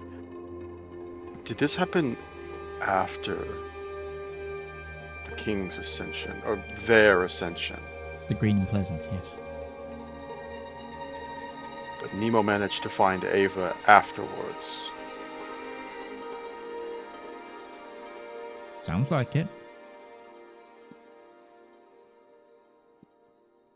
Are the three of them that represent the king that never was still on the plane? No. I highly doubt that. Otherwise none of the magics would work. But Nemo found Ava.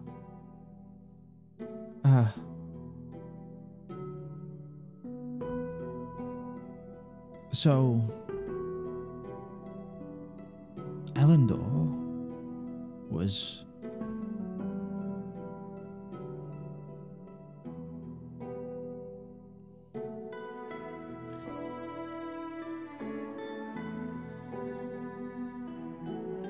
as far as I know, they all ascended at the same time, together, but not at the same place. No, we have notes about that. Pulls up the notepad. I just repeat what we did in the recap. Elendor ascended at a hill in the Rien. It's where the Cathedral of Ascension was built. The other two we don't know where, but Valymr was. Actually, I should bring my notes up here so I can read what I wrote. That's we wrote it down for a reason. Valymr was a cliff face off of the sea, and Escanador was a sandy beach with coral along the coastline.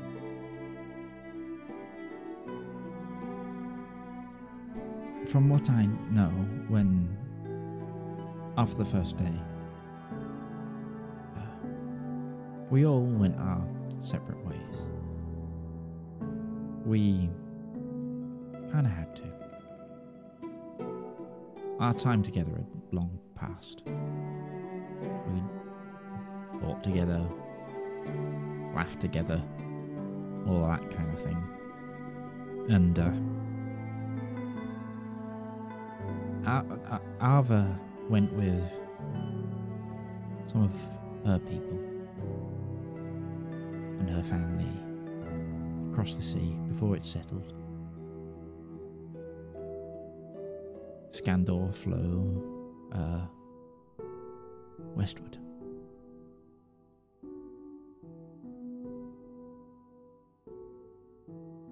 As far as I know, they spent 100 years roaming the plane, and then collectively they chose to ascend.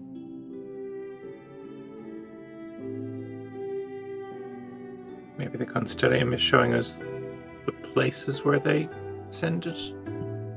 That's when we asked. We asked to see the last moments or the last evidence of those people, and that's what it showed us. And we do know, or at least we speculate heavily, that Elendor did ascend at the Cathedral of Ascension, hence the name of it. So seeing the other two places would make sense that that was where they moved beyond the plane.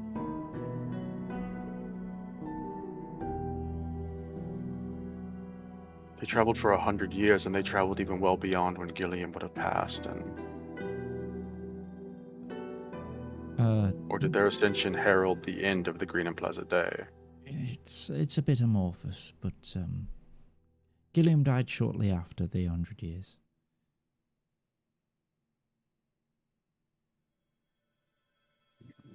Gilliam... The reason Gilliam isn't as... well, isn't here.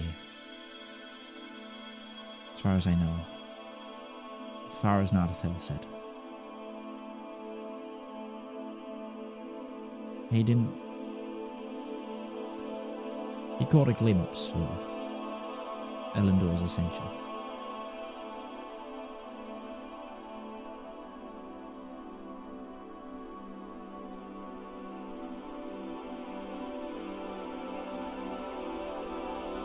On his journeys. She looks at you. It was the last thing he saw before he finally made it home to the Nardathel. And then he spent 20 years with his family before passing on.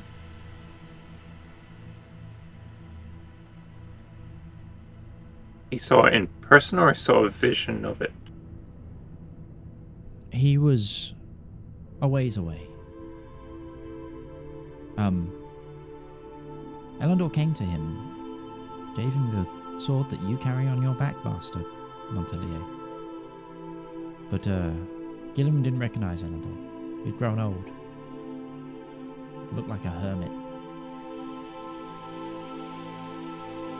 But William gave watch and over the sword. He promised Elendor they would, and then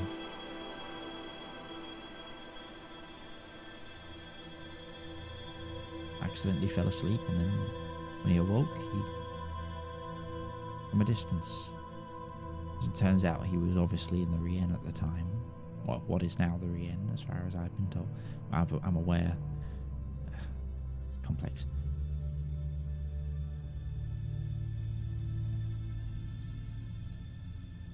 He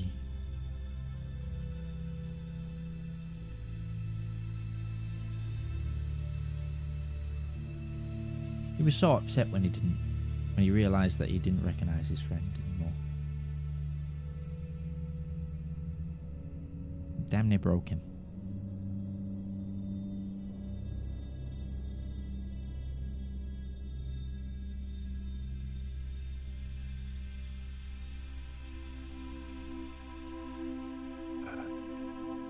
He gave him the blade, though, obviously to keep it safe. It wasn't... Was it broken yet? Oh my, it was already made a seal by that point. That happened in the end of the Green and Pleasant. Half went to Gilliam, which passed on to the son, which became the Chevalier Argent. The other half went to the Cathedral of Ascension, and they kept that one safe. Which was reforged.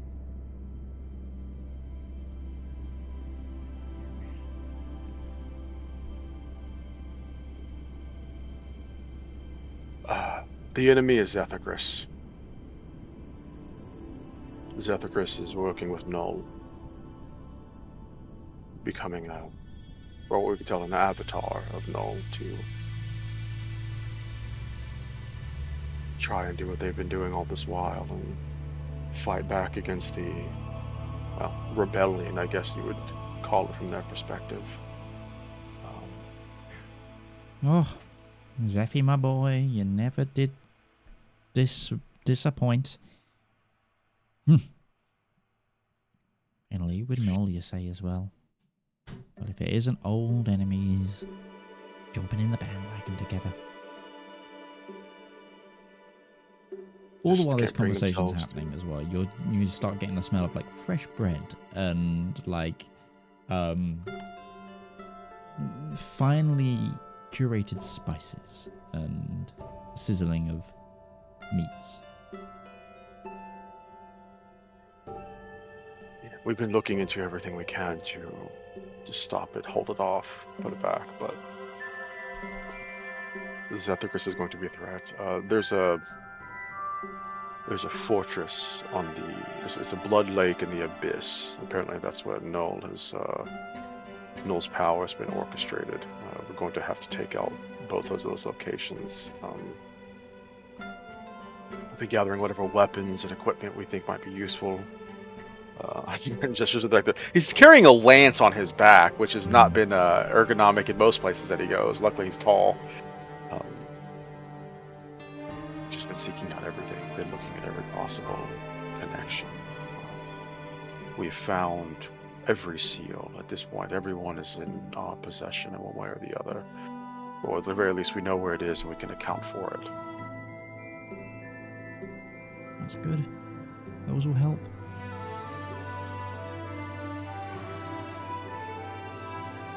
I guess we just keep wondering if we're missing something.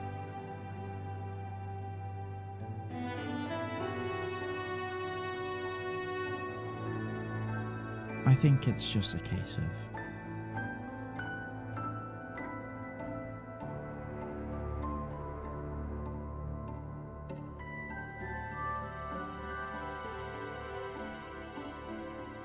it's gonna be a case of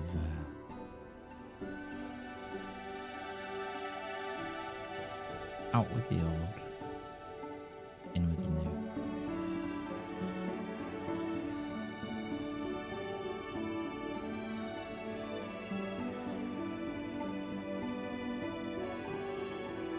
Is Valymr wearing a talisman of good? Yeah.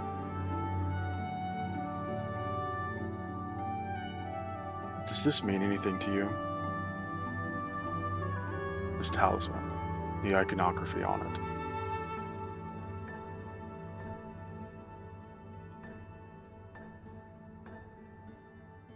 I don't recognize the symbols now.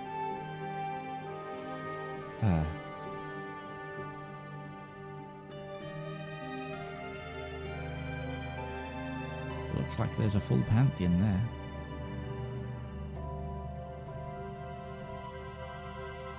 Valymr here was clever. We found a talisman of evil placed under the Cathedral of Ascension, but he used the scales, or sorry, he used the scales. This is all his clever use, and purified it, turned it into a symbol of good, and those are the images it took on. And we kept looking at it, and we pieced together. It's not representing any pantheon that has existed. It's you called us the Chosen. There's a cat and a lion and swords, feathers. And you just said that out with the old and the new. Are you trying to say that what's going to happen to the gods when this is all said and done? What's going to happen to the three that became the kings that never were? The Supreme Divine will be fine. They always are. Elendor, as we're calling it, it's always been a funny place. Never quite fit in with the rest of the cosmology. For it to be stable enough and peaceful enough, it required a lot of manipulation. What was it called before? It's had many names. It's called Dostros at one point, but that was only part of it. It had names that the elves called it. It had names that the angels called it, and the devas, and the solars in their songs. It had so much reverence, so much fear. The problem is, with what's going on up there, the divine and everything, they don't really know what to do with this place. It's an enigma. It breaks even their logic to some points. They also don't know how it came to be. He just used it. Like we all do, in some regard.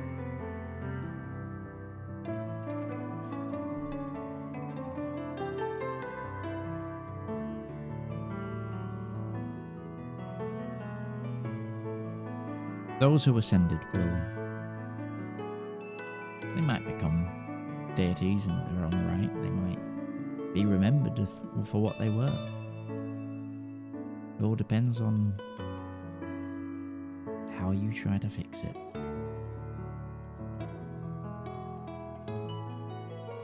What we did doesn't have to be what you do. But if you do exactly as we did, it'll be out with the old and in with the new. Myself included. Ulrich. Salwa. Nemo if he's still out there.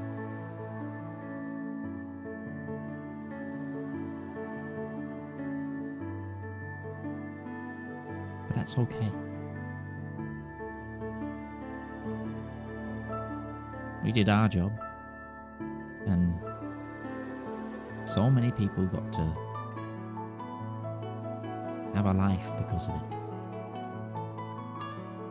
Try their hands at different things. Like cooking. Dear, would you mind cutting up some vegetables for me? She's pointing at you, Ruby.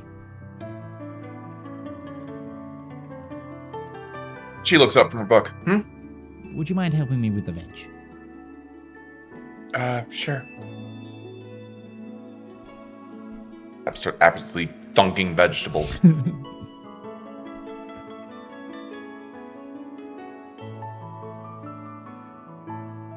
There's a lot of paths.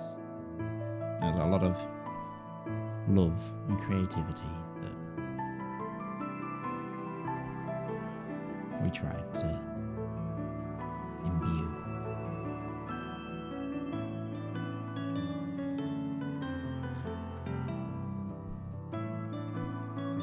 But,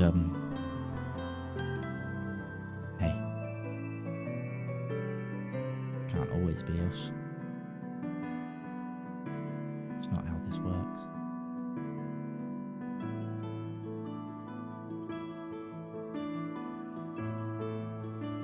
For this place to be stable enough to keep the order we set, that was set at the Green and Pleasant, that was set at the Great Summit, for the balance to be kept in check.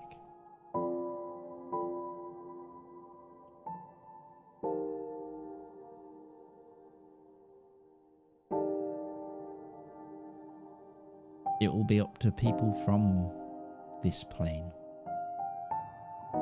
to set the balance, to stop the outer interference. They meant it when they said it. This plane was for the people, the beings, the creatures of this plane. If you want to remain it that way, only something from this plane can hold back the tide.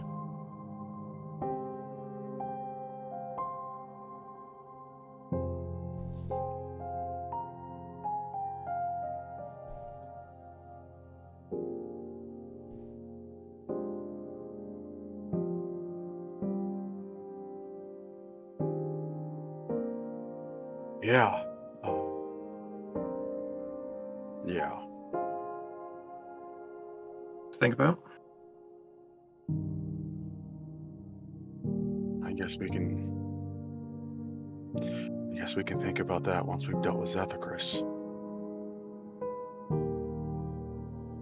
So if this is anything like the Green and Pleasant Day, then it's not defeating the evil that is going to be the end of all things. It's going to be the decisions that come after. You'll have time. The power will be flux enough. It's the most serene thing when the sun rises again after the darkness. Been making a lot of promises after that about that sunrise.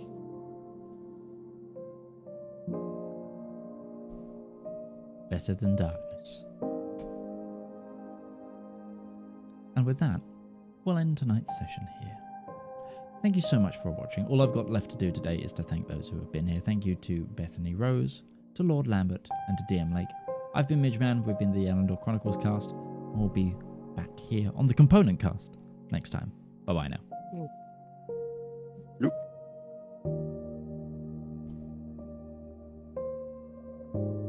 And we're clear.